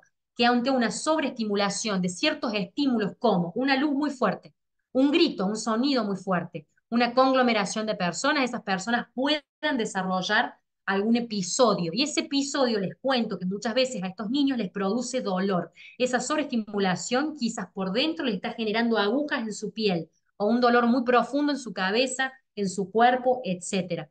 Entonces, también tengamos cuidado a la hora, no solamente en un proceso electoral, sino en la vida misma, que cuando veamos una situación así, no juzguemos, le preguntemos a la madre o al padre si podemos colaborar de alguna manera y sepan que en la gran mayoría de los casos es simplemente darle espacio a ese ser humano que está teniendo ese episodio que se va a poder calmar. ¿Cómo evitamos eso? Muy simple, dándole prioridad en la fila del supermercado, en la fila del banco, en la fila para ir a votar. Ya sea una persona que tiene hipersensibilidad sensorial, un madre, una padre, un hermano que tiene a un hijo, un familiar a cargo, lo que fuese, con algún tipo de hipersensibilidad sensorial. Eso se los quería aclarar porque es algo súper específico, digamos, en cuanto a la prioridad del voto. Creo que es una de las personas, sin duda, a la que hay que darle como una máxima prioridad de voto, al igual que las personas que tienen inmunodeficiencia, tratamientos oncológicos, etcétera, para evitar, por supuesto, que entren en contacto con algún virus o bacteria que los pueda enfermar. Lo último que me queda ahora sí hablarles es, breve, 2 minutos, de las medidas específicas de accesibilidad en virtud de la población destinataria. ¿Qué significa esto? No nos vamos a parar igual adelante de una persona ciega que de una persona sorda o una persona con discapacidad intelectual. ¿Qué les quiero decir con esto? Si viene una persona sorda o con discapacidad auditiva, hay que saber algunas cuestiones muy básicas. La primera, la persona sorda o hipoacúsica no es sordo-muda, no es sordo-muda. La persona que no puede oír no necesariamente tiene afectadas las cuerdas vocales.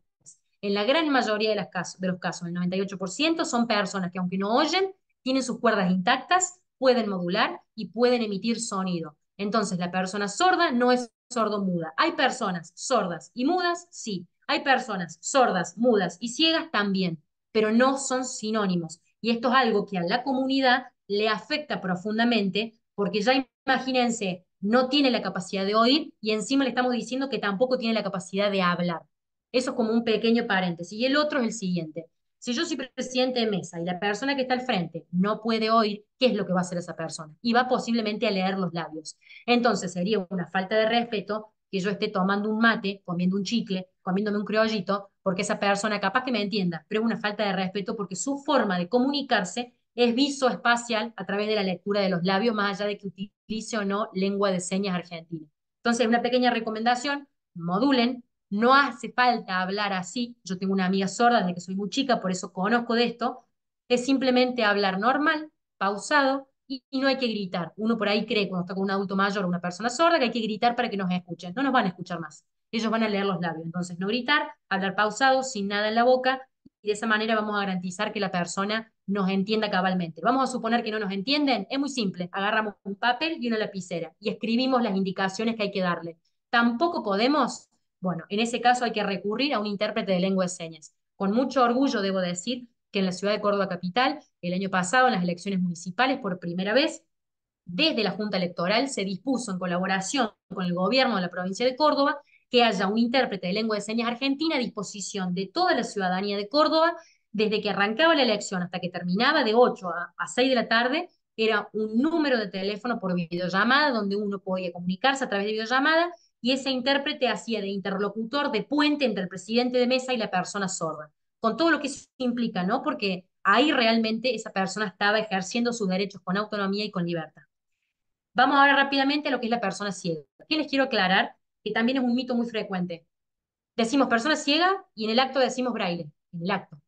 Yo les quiero mostrar un cuadernillo que usamos acá en las elecciones municipales, que es un cuadernillo en braille. Son dos instrumentos de accesibilidad electoral para personas con discapacidad visual. En esto, no sé si se alcanzan a leer, pero esto es la oferta electoral de las elecciones municipales del 23 de julio del 2023. Está todo en braille. ¿Qué es esto? La oferta electoral. ¿Qué dice? ¿Cuántas listas hay? ¿Qué partidos son? ¿Quiénes son los candidatos? ¿De qué partidos son? Y explica y traduce esto exactamente cómo es nuestra boleta única de sufragio que utilizamos en la ciudad de Córdoba. ¿Por qué?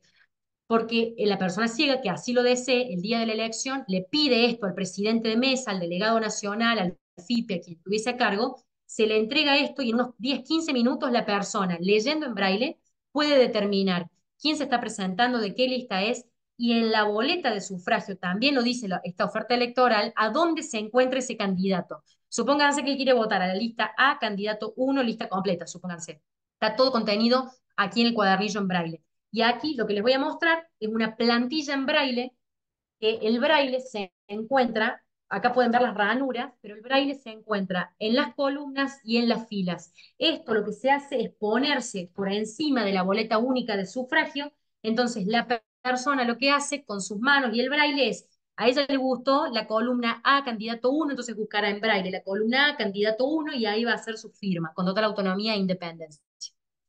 Se los quería mostrar para que pongan, digamos, en un ejemplo práctico el uso del braille. Ahora, es un error creer que todas las personas ciegas usan el braille. De hecho, el 80% de las personas esto es a nivel mundial estadístico, ya no están utilizando el braille. Solo utilizan el braille para muy contadas ocasiones, como determinados remedios o vencimientos de remedios o determinadas cuestiones específicas, porque hoy la tecnología y la inteligencia artificial han avanzado tanto que la persona se vale del uso de la tecnología para que a través de un lector de pantalla, por ejemplo, el Procer 3 en Argentina, que es muy famoso, le dé las indicaciones de qué es lo que esa persona tiene en la mano y se lo traduzca a través del sonido. Entonces, sepan que no necesariamente hay que utilizar el braille. Es una elección de la persona ciega o con discapacidad visual utilizar o no esta herramienta. Lo que sí es importante que si la desean implementar en algún proceso leccionario, siempre, siempre, siempre validen con una persona ciega qué es esto que están entregando. Ha pasado en México, fue un escándalo, un papelón internacional, que fueron y presentaron lo que les estoy mostrando en una elección. Fue una presidenta de una ONG muy importante, empezó a tocar el braille y dice, no, no, esto no dice eso. Y fue un papelón. ¿Por qué? Porque si bien fue una muy buena intención de un organismo electoral, no lo habían validado con la comunidad ciega que utiliza braille. Entonces hubo errores en el braille. Eso para que lo tengan presente. Y lo otro que les quería decir, más allá del sistema, obviamente, que elijamos, porque está la boleta única electoral y las boletas partidarias, hay algo que, digo, nos excede, y es que no hay boletas en braille. Eso sépanlo, no existe, no hay boletas en braille. Lo que hay es una plantilla en braille con su respectivo cuadernillo en braille para la BUS, y en el caso de las boletas de sufragio políticas partidarias, esas que son múltiples, que son pequeñas como las nacionales, lo que suele hacer la persona con discapacidad algunas veces es llevar la boleta desde su casa, corriendo el riesgo de que esa boleta no sea oficial, pero es bastante complejo. Y lo otro que les quería decir con el tema de últimos dos casos, personas usuarias de silla de rueda, no se dice ni el inválido ni el de la silla de rueda, es una persona usuaria o persona que utiliza silla de rueda. Uno debe, por respeto, ponerse a la altura de la persona en silla de rueda, no hablarle como si fuera un niño, sino ir a su, digamos, agacharnos, tratar de hablarle a la misma altura, no tocarle la silla de rueda, es una extensión del cuerpo de la persona que es usuaria de la silla de rueda, no manipularla, pedirle permiso y tratar de que en la medida de lo posible esa persona, si va sola a ingresar a un cuarto accesible, pueda no solo ingresar, sino también moverse con independencia. Eso es vital a la hora de pensar en un usuario de silla de ruedas. Y lo que, no me olvidé, lo que me olvidé de decirles es que la persona sorda o con hipoacusia escucha, cuando tiene audífonos, determinados ruidos y los codifica en vibraciones, pero escucha de esta forma para adelante. Para atrás no escucha ningún tipo de vibración ni nada. Entonces es un error muy frecuente también a la persona sorda que uno le toque la espalda o le agarre del brazo y esa persona se asusta. Entonces, si ven a una persona sorda, tienen que tratar de que la cara esté iluminada, que estemos de frente para que nos pueda leer los labios y no de atrás, digamos, tomarla, tocarla o intentar comunicarnos porque posiblemente se asuste. Lo mismo sucede con las personas ciegas, a las cuales no hay que tomarlas del brazo, no hay que tomarlas del hombro, no hay que obligarlas, y lo primero que hay que hacer es presentarnos, no saben quién somos ni dónde estamos, presentarnos, ofrecer la ayuda, y si necesitan la ayuda, por supuesto, ofrecemos brazo, codo, hombro, lo que ellos necesiten. Y las indicaciones son derecha, izquierda, un paso arriba, un paso abajo, no allá, acá, más adelante, porque la persona, por supuesto, que no comprende y no puede dimensionar distancias de los lugares. Y si no me equivoco, me estaría faltando las personas con discapacidad intelectual. Les cuento una anécdota. Tenía un amigo, presidente de mesa, divino, una persona hermosa, que le tocó un elector con 28 años que tenía síndrome de Down, que estaba con la camiseta de Boca. Fue a votar con la camiseta de Boca. Entonces, da la situación que mi amigo, presidente de mesa, le dice, bueno, ¿cómo andás, campeón? No me acuerdo si le dijo si perdieron o ganaron contra River. Le hizo un chiste. Cuestión que el joven no entendió la ironía, no entendió el chiste. Entonces, a la persona le dificultó en ese momento, a esa persona, aclaro esto, son todas las personas distintas, no hay dos discapacidades intelectuales o psicosociales iguales. A ese joven lo descolocó. Entonces, se perdió, no se acordaba que tenía que ir a votar, se enojó porque pensó que le estaban diciendo como que él era de River y él era de Boca, genera una situación incómoda. Entonces, yo por ahí, ¿qué recomiendo cuando no conocemos al elector? Tratemos el día eleccionario. ¿Qué tal? Buen día, joven, ¿cómo le va? Bienvenido, usted va a votar, deme su documento, aquí tiene. Y una vez que concluya el proceso eleccionario, nos comunicamos con el elector de la forma que querramos. Pero muchas veces, y esto sí me tomo el atrevimiento de tomarme 30 segundos para contar una experiencia, yo soy madrina de una fundación, muchas veces los niños desde que son pequeños se esfuerzan, trabajan, practican, hacen obras de teatro para poder entender cabalmente qué es ir a votar, cómo se debe ir a votar.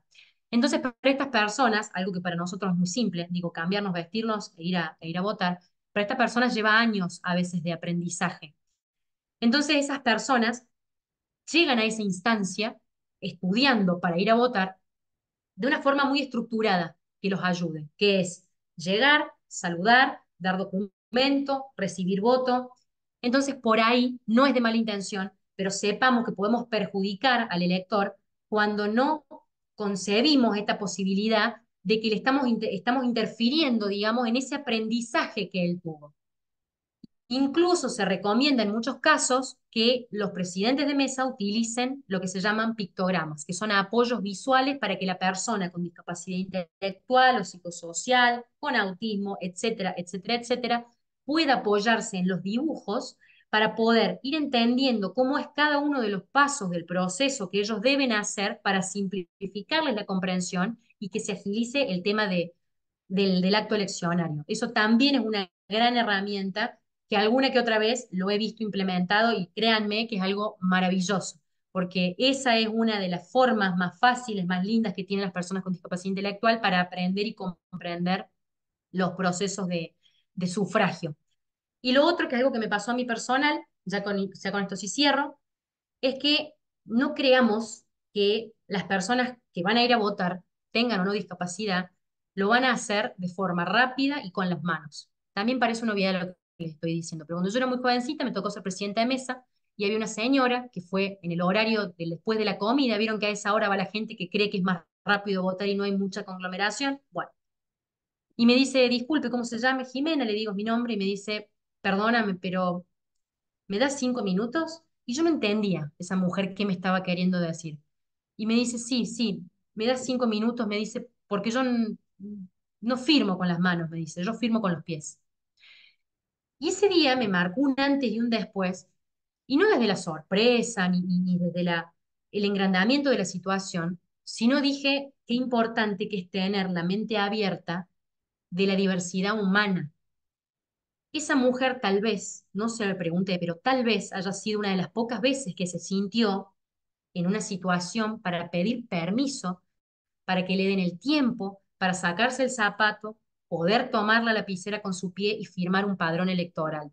Algo que para ustedes y que para mí cuando yo fui presidenta de mesa es tan básico como firmar un padrón electoral, para ella era el acto tal vez más importante, no solamente del día, sino tal vez del año o de su vida, porque se le estaba dando nada más y nada menos que la posibilidad de dignamente sentirse un ciudadano, una ciudadana más en igualdad de condiciones que nosotros. Entonces yo también espero que con este pequeño relato que les cuento, una experiencia que me tocó pasar, tengamos esa empatía de no apurarnos, nadie se va a morir por 1 o 2 o 3 minutos más, ver si la persona quiere o no quiere firmar, y solo en aquellos casos en los que las personas no puedan firmar, firmemos nosotros en su nombre.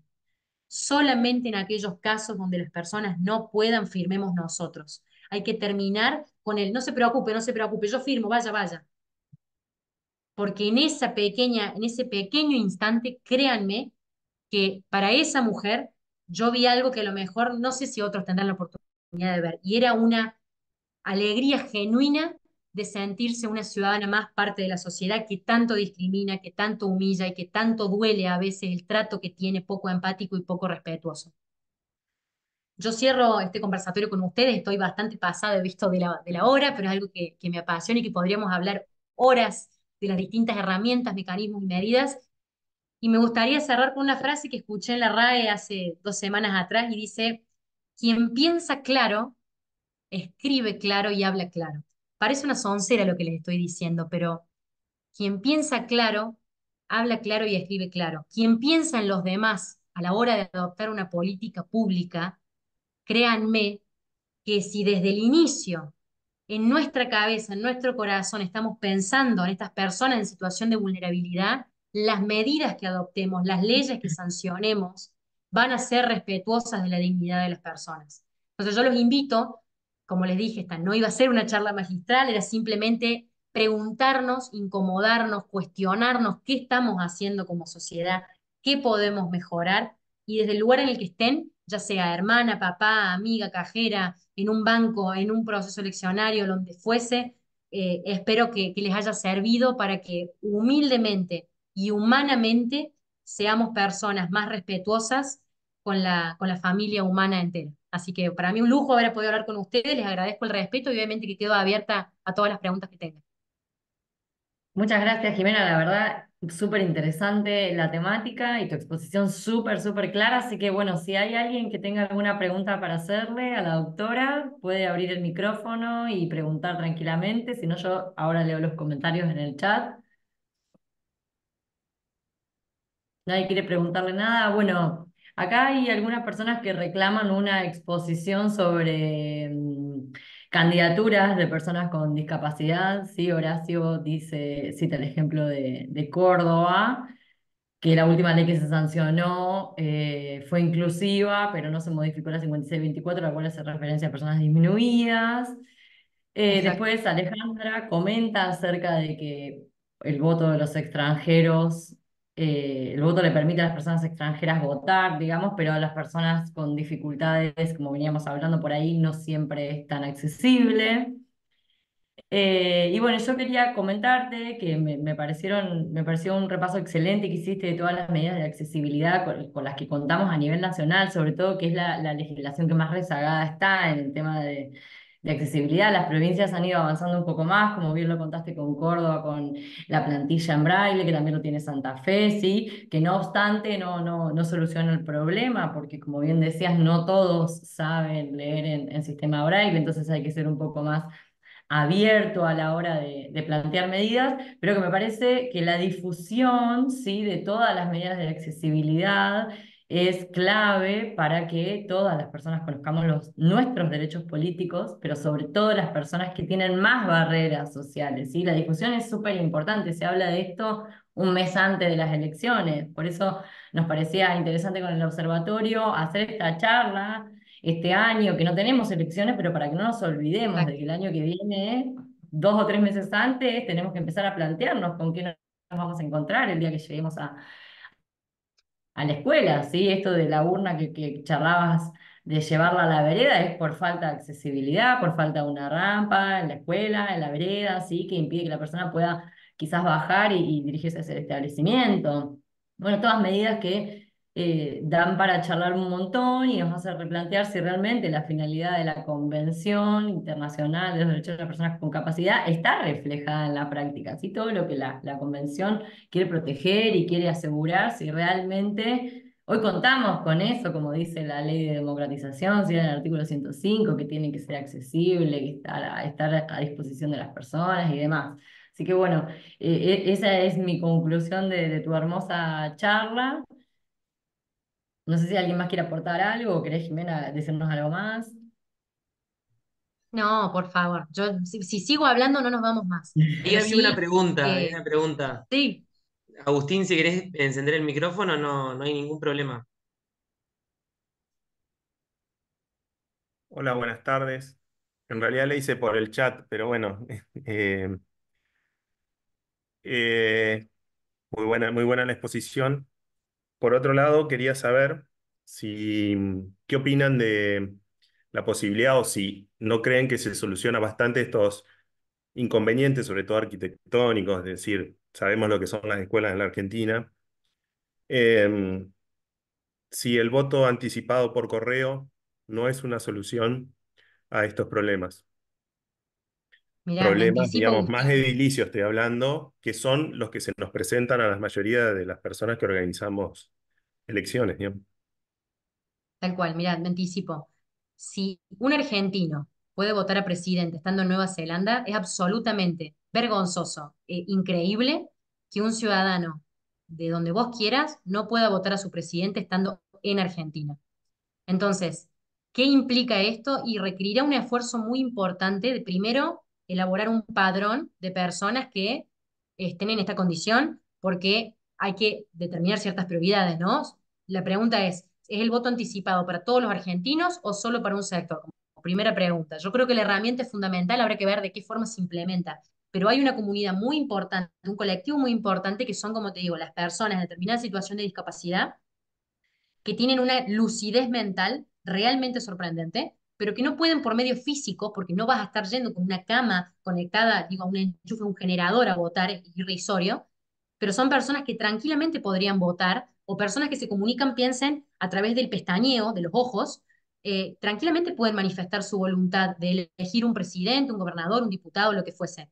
El tema es que ello implica un gran esfuerzo que yo no sé si la dirigencia política, los organismos electorales quieren hacer, que ¿sabes cuál es? Primero, ¿cuál es el diagnóstico? Que no lo saben y muchas veces ni siquiera los organismos de discapacidad lo saben. Hoy por hoy tenemos un problema que es el siguiente, ni siquiera sabemos en los distintos territorios, provincia, nación, municipio, cuántas personas con discapacidad hay. Para que vos te des una idea, los estándares internacionales hablan del 15% de la población mundial, es decir, 1.000 millones de personas. En Córdoba, por ejemplo, de acuerdo a la Dirección de Discapacidad, que es la máxima autoridad a nivel provincial de discapacidad, habla de que entre el 8 y el 10% de nuestra población en Córdoba tiene discapacidad, lo cual, conforme al censo del 2022, dice que son 340.000. Pero te doy un dato que no es menor. De esos 340.000, solamente el 33% tienen certificado de discapacidad. Mirá vos lo que te estoy diciendo. De la población total de lo que creemos que tiene discapacidad, no todos tienen certificado de discapacidad. Entonces, ¿cuánta gente más incluso puede estar quedando afuera? Es muy complejo, muy complejo. Pero, por ejemplo, yo esto sí lo hablé mucho con el doctor Pérez Corti, quien trabaja en el Tribunal Superior de Justicia, como les decía, es si ya la provincia de Córdoba, a través del organismo de discapacidad, tiene mapeada a la gente que está en una situación de electrodependiente, sabe dónde vive, cómo se llama. ¿Por qué explico esto? Porque a esa persona, imagínense un corte de luz, esa persona se muere porque queda sin soporte vital conectado a la electricidad. Entonces, son personas que tienen determinados protocolos específicos. Esas personas ya están mapeadas. Los bomberos lo saben, los policías lo saben, saben dónde están, cómo se llaman y dónde viven. No nos cuesta nada. O estamos a un paso, me parece, de pulir un poquito más y garantizarle a esas personas que puedan votar. El tema es que eso va a abrir algo, va a haber dos problemas con eso. Primero, claro, si voto anticipado para ellos, voto anticipado para mí también. Primer problema. Y el problema que yo veo que es que estamos tapando el sol con un dedo. No querramos. A mí lo que me preocupa, saben que es de bajar la urna porque hay escalones y demás. Está buenísimo. Estamos logrando que en la práctica una persona vote, ejerza su derecho político. Pero ¿saben qué me preocupa? Que al hacer eso, nosotros eh, seguimos permitiendo, digamos, que esa rampa no llegue nunca. O sea, las cosas siguen como están, el status quo sigue como está. Entonces, de alguna forma no interpela eso a los organismos electorales a la hora de elegir una escuela o a las mismas maestras de escuela o ministerios de educación, porque esto es mucho más profundo que una elección. Esto hace a políticas públicas. Entonces, es muy, pero muy complejo el tema de no discrimino a una persona, pero ¿Cómo logramos desde nuestra pequeña posición o nuestro rol que tratemos de incluir al universo más amplio posible de personas con o sin discapacidad, por supuesto? Es realmente muy complejo. Bueno, Gracias. ahí creo que contestó bien Jimena. Y Verónica también está levantando la mano. Si querés abrir el micrófono y preguntarle. Hola, sí, buenas tardes. Primero que Un nada, placer. muchísimas gracias por esta capacitación, excelente, y nos abre la cabeza, ciertamente. Eh, Quería plantear que una de las cuestiones también a tener en cuenta, y en el caso de Formosa, bueno, creo que nos hemos ocupado mucho de eso, es el tema de las barreras idiomáticas. Nosotros tenemos aquí muchas comunidades originarias y eso resulta muchas veces, me ocurrió a mí como mi primera experiencia en la función, eh, tener una dificultad de ese tipo, entonces entiendo que las barreras idiomáticas a veces son privativas, absolutamente privativas. Entonces, por ejemplo, el tema de utilizar el lenguaje de señas, que estamos ocupándonos de aprender el lenguaje de señas y sería buenísimo, no solamente esta asistencia de la que estabas hablando en Córdoba, que conocemos a Pérez Corti, porque Pérez Corti fue secretario electoral durante muchísimos años, además siempre activo en este tema, sino también otras herramientas, como por ejemplo el tema de las cartelerías con los lenguajes, no necesariamente el lenguaje escrito, es tal como decía, por ahí imágenes que también sean representativas y que también sean claras para la persona que viene a votar y no entiende o no comprende totalmente la lengua que utiliza el común denominador. Porque además resulta un poquito lo que estaba diciendo, en buenas intenciones también podemos perjudicar, porque ellos quieren mantener su lenguaje nativo, y a veces Así es. mantener su lenguaje nativo significa divorciarse un poquito del lenguaje que utilizan sus vecinos. Entonces, para no invadir su propia cultura, para no eh, desayudar en vez de ayudar, también es bueno no solamente hacerlo en el lenguaje de cada una de las etnias, sino también por ahí en un lenguaje gráfico que sea, Así y es. Que son los ahí sí famosos adhiero. apoyos visuales. Exacto. Y es más Exactamente. universal, inclusive, es más universal, o mejor dicho, es universal, a diferencia de utilizar cada una de las lenguas de las etnias. En eso realmente me hizo pensar mucho lo que dijo, y es real, no es universal si no lo podemos usar todos. Exactamente, y Y no somos accesibles y somos accesibles con algunas personas. Vos sabés que a raíz exacto, de lo que decís, estaba pensando mucho en esta primera convención panhispánica del lenguaje claro, que es algo realmente fascinante, que viene de hace mucho tiempo, siempre digo, nadie inventa la pólvora, lleva muchos años de evolución, y es el famoso plain language o lenguaje claro, liso, llano, que tiene que ver, listo. y esto es algo muy moderno, porque no lo he visto como abogada ni en los escritos judiciales, ni en los escritos doctrinarios ni académicos, que es nada más y nada menos que el derecho humano a comprender. Porque, ¿qué es el lenguaje claro? Con esto me quedo de la convención. Les voy a resumir 3 días de convención. Que va a ser claro algo que sea, para mí, fácil de encontrar, que una vez que yo lo encuentre sea fácil de comprender y una vez que yo lo comprenda sea fácil de aplicar. Eso es lo suficientemente claro. Así lo define al menos la Federación de Lenguaje Claro, Internacional de Lenguaje Claro.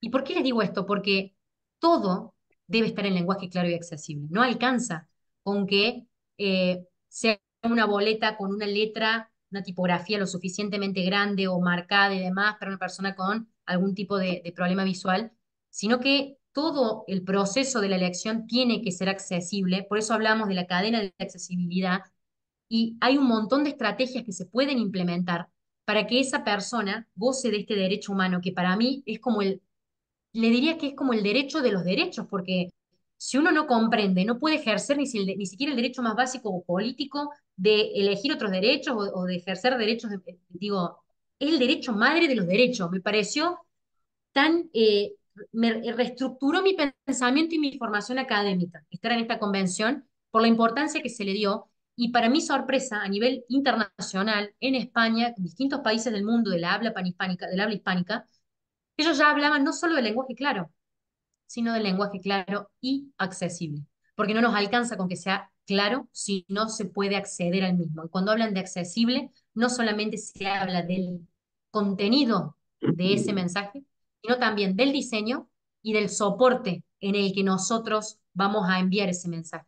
Entonces, creo que hay un cambio de paradigma muy profundo con perspectiva de derechos humanos, que si nuestro piso en la construcción, digo, futura, una sociedad más democrática, más plural, más respetuosa de los derechos humanos, si nuestro piso es el derecho humano a comprender y desde ese rol empezamos a trabajar donde sea que estemos, en el gobierno, en un observatorio, donde fuese, creo yo que la vida va a ser mucho más simple para todos nosotros, porque te simplifica realmente todo, que haya no solo una ley comprensible, que haya también, como decís vos, un póster comprensible, que de pronto, no sé, el discurso de un candidato sea accesible.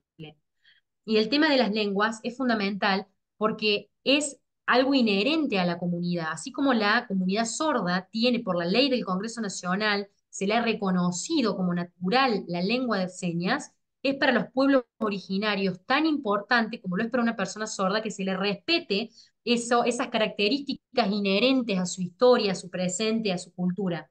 Entonces me parece que esta alternativa del apoyo visual sería importantísima, como así también que de pronto haya durante todo este proceso eleccionario distintas etapas dirigidas a la comprensión de estas comunidades, de quiénes son los candidatos, un mensaje para estas comunidades, etcétera, etcétera, etcétera. Que bien decían en el chat que es cierto, no hay candidatos con discapacidad. La pregunta que yo me hago es ¿por qué? Porque no se animan, porque el sistema no los deja llegar. No nos olvidemos que uno para ser candidato tiene que acceder necesariamente a un partido político. Es el instrumento, es el vehículo necesario para poder candidatearse en una elección. Entonces, la pregunta que yo hago es, si nosotros, que somos los quienes le damos vida a las instituciones, no estamos lo suficientemente formados empáticamente con las personas con discapacidad, entre otras, y le tenemos miedo a un compañero de trabajo ciego, imagínate vos si vamos a votar a una persona ciega para que nos represente. Y hay una conmiseración, hay una lástima, hay una todavía latente en la sociedad del pobrecito, el minusválido, el chiquitito, el angelito. Y yo siempre destaco las palabras de una conferencista internacional que es Constanza Orbaiz, que ella es licenciada psicomotricista con una discapacidad intelectual, que ella siempre dice esto, que para mí es muy gráfico y es muy fácil de aprenderlo. Y es, no somos pobrecitos ni angelitos, especiales son las pizzas, capacidades especiales tienen un balde y un vaso, yo soy una persona que tengo nombre y apellido. Entonces, si partimos de esa base, de que todos tenemos el derecho humano a comprender y que somos todas personas dignas de un trato igualitario en la sociedad, yo creo que el punto de partida para todo esto es, ¿qué tal? ¿Cómo le va? ¿Cómo se llama? ¿Cómo lo puedo ayudar? Y de esa forma, no importa dónde estemos ni lo que tengamos que hacer, me parece que va a ser una decisión que nos va a cambiar a nosotros la vida y créanme que a la otra persona la va a gratificar de una forma que pocas veces suceden en la práctica, ¿no? En la diaria. Jimena, El chat. Ah, si perdón, me sí, permitís, sí, Brenda, decime, dale Darío, sí, sí. bueno, felicitarte por este espacio para compartir, Jimena, Brenda por la convocatoria y bueno, y en particular a la doctora Alejandra Mendoza que me compartió esta posibilidad de participar de este espacio. Yo soy director del área de discapacidad de la Universidad Nacional de Tucumán, así que realmente no solo compartir, sino felicitarlas y fundamentalmente encontrarnos en cuanto a tener elementos en común de la lectura y de lo que establece la Convención Internacional respecto de los derechos, interpretar a las personas con discapacidad como sujeto de derecho y fundamentalmente poder aportar en cuanto a las políticas públicas, en este caso por lo que tiene que ver con cuestiones electorales, me parece muy, muy significativo. Este, Creo que seguramente nos falta mucho para construir, fundamentalmente en muchos espacios institucionales y no institucionales en cuanto al interior de nuestro país. Creo que todavía nos falta mucho por crecer. hay espacios institucionales que hacen un aporte significativo, como esto que lo hacen en la misma Facultad de Derecho de la Universidad Nacional de Tucumán. Nosotros hicimos una propuesta, pero tenemos realidades incluso hasta desde los sistemas electorales muy disímiles. Implementar algunas de estas cuestiones en la provincia de Tucumán es realmente muy difícil. Y también tomando como referencia elementos tales como, vos hacías referencia, Jimena, que un 30% de personas que se considera que tienen situación de discapacidad son las que han tramitado el CUT, el Certificado Único de Discapacidad. En el caso de Tucumán son solamente el 20% y realmente muchísimas personas están en situación de exclusión. Así que no solo seguir bregando para, digamos, poder aportar en cuanto a esto de la construcción de la política pública, sino con la convicción con la que vos señalas, Jimena, y seguramente lo viene trabajando Brenda, respecto de garantizar y aportar en cuanto a garantizar los derechos y el acceso a esto, que nada más y nada menos que la posibilidad no solo de ser elegido, sino de elegir fundamentalmente. Así que bueno, muchísimas gracias por la oportunidad. Por favor, un placer. Jimena, si me permitís, hay una de las participantes que quiere que compartamos tu mail para hacerte algunas consultas porque trabaja en el área relacionada a inhabilitaciones en una secretaría electoral, no dijo cuál, si vos me autorizás lo compartimos. Sí, por supuesto. Es más, creo que lo puse, no sé si lo puse bien, pero sí, ahí lo puse en el chat, Ah, jimena.deallende@gmail.com. Y bárbaro. quedo absolutamente Sí, a sí, disposición, Brenda. Bueno, y muchas acá gracias, también... fui yo que lo Ah, solicité. Les agradezco muchísimo. La verdad es que es muy clarificante la situación y bueno, esta charla abre mucho la cabeza y además, bueno, uno que está en el sector lo ve como algo normal, algo que vive todos los días y sí es verdad que hay unas sentencias que son poco claras, que por ahí hay muchas veces resoluciones que no son específicas y en lo no específico es donde dejan de lado toda esta situación y estos derechos de la gente con capacidades especiales. Así es que bueno, vamos a hacer lo posible para que todo esto pueda ir por buen camino. Gracias. Muchísimas gracias. bueno, acá también en el chat una de las chicas compartió el dictamen que comentaste de Cosarín. Igualmente si alguien quiere el fallo completo con el dictamen pueden escribirnos que nosotros se lo pasamos por mail. Y bueno, si ya no hay más preguntas ni nadie quiere hacer ningún comentario, la vamos a liberar a la doctora que la retuvimos durante 2 horas. La verdad la exposición estuvo buenísima. Creo que todos los comentarios son súper lindos en el chat, así que... Bueno, desde todo corazón te agradecemos tu tiempo, que sé que estás muy ocupada, y bueno, esperamos poder convocarte a un próximo conversatorio donde hablemos de otras cosas relacionadas con estas personas, con este universo. Por favor, cuando quieran. Y la verdad que la agradecida soy yo y celebro que haya personas a lo largo y ancho de Argentina que siempre voy a decir lo mismo, más allá de los problemas que tengamos, somos un país maravilloso con gente que está dispuesta a hacer el cambio y creo que lo que requiere de nosotros nuestro país en estos momentos es que no perdamos de vista el norte de que mejores personas vamos a ser mejores ciudadanos, mejores abogados, mejores jueces y para ser mejores personas necesariamente hay que abrir más que la cabeza, digo lo mismo, el corazón. No queda otra que querer involucrarse, que querer y estar dispuesto a aprender, a escuchar mucho y a colaborar. Siempre digo que en esta temática hay que vincularse mucho, hay que tener una gran humildad y cada vez que deseen implementar cualquier tipo de iniciativa, creo que va a ser un enorme granito de arena el que van a estar haciendo para contribuir a una sociedad mucho más democrática y que sea mucho más respetuosa de las distintas diversidades, porque si algo que nos caracteriza a todos justamente es eso, es que no hay dos seres humanos iguales en todo el mundo y creo que tenemos herramientas y tenemos la fortaleza y ese empuje para hacer lo necesario para que nuestras instituciones, para que nuestro país sea un país como muchos de nosotros soñamos, ¿no? Que sea un país para todos y respetuoso de todos. Así que infinitas gracias por esta oportunidad. Cuando me convoquen, Brenda, voy a estar, cuenten conmigo y el que quiera por ahí escribirme o por mail, no tengo ningún problema. es algo que me apasiona y siempre me van a encontrar a disposición. Pido disculpas si por ahí tardo un poco en responder, pero créanme que estoy. Así que muchísimas gracias. Respondes, finalmente sí. Bueno, gracias a todos, Jimena, te mandamos un beso grande y un abrazo. Y a los participantes les va a estar llegando por correo el certificado, así que bueno, nos vemos la próxima vez que organicemos. Gracias. Bueno, Chao muchas a todos. Gracias. gracias. Sí.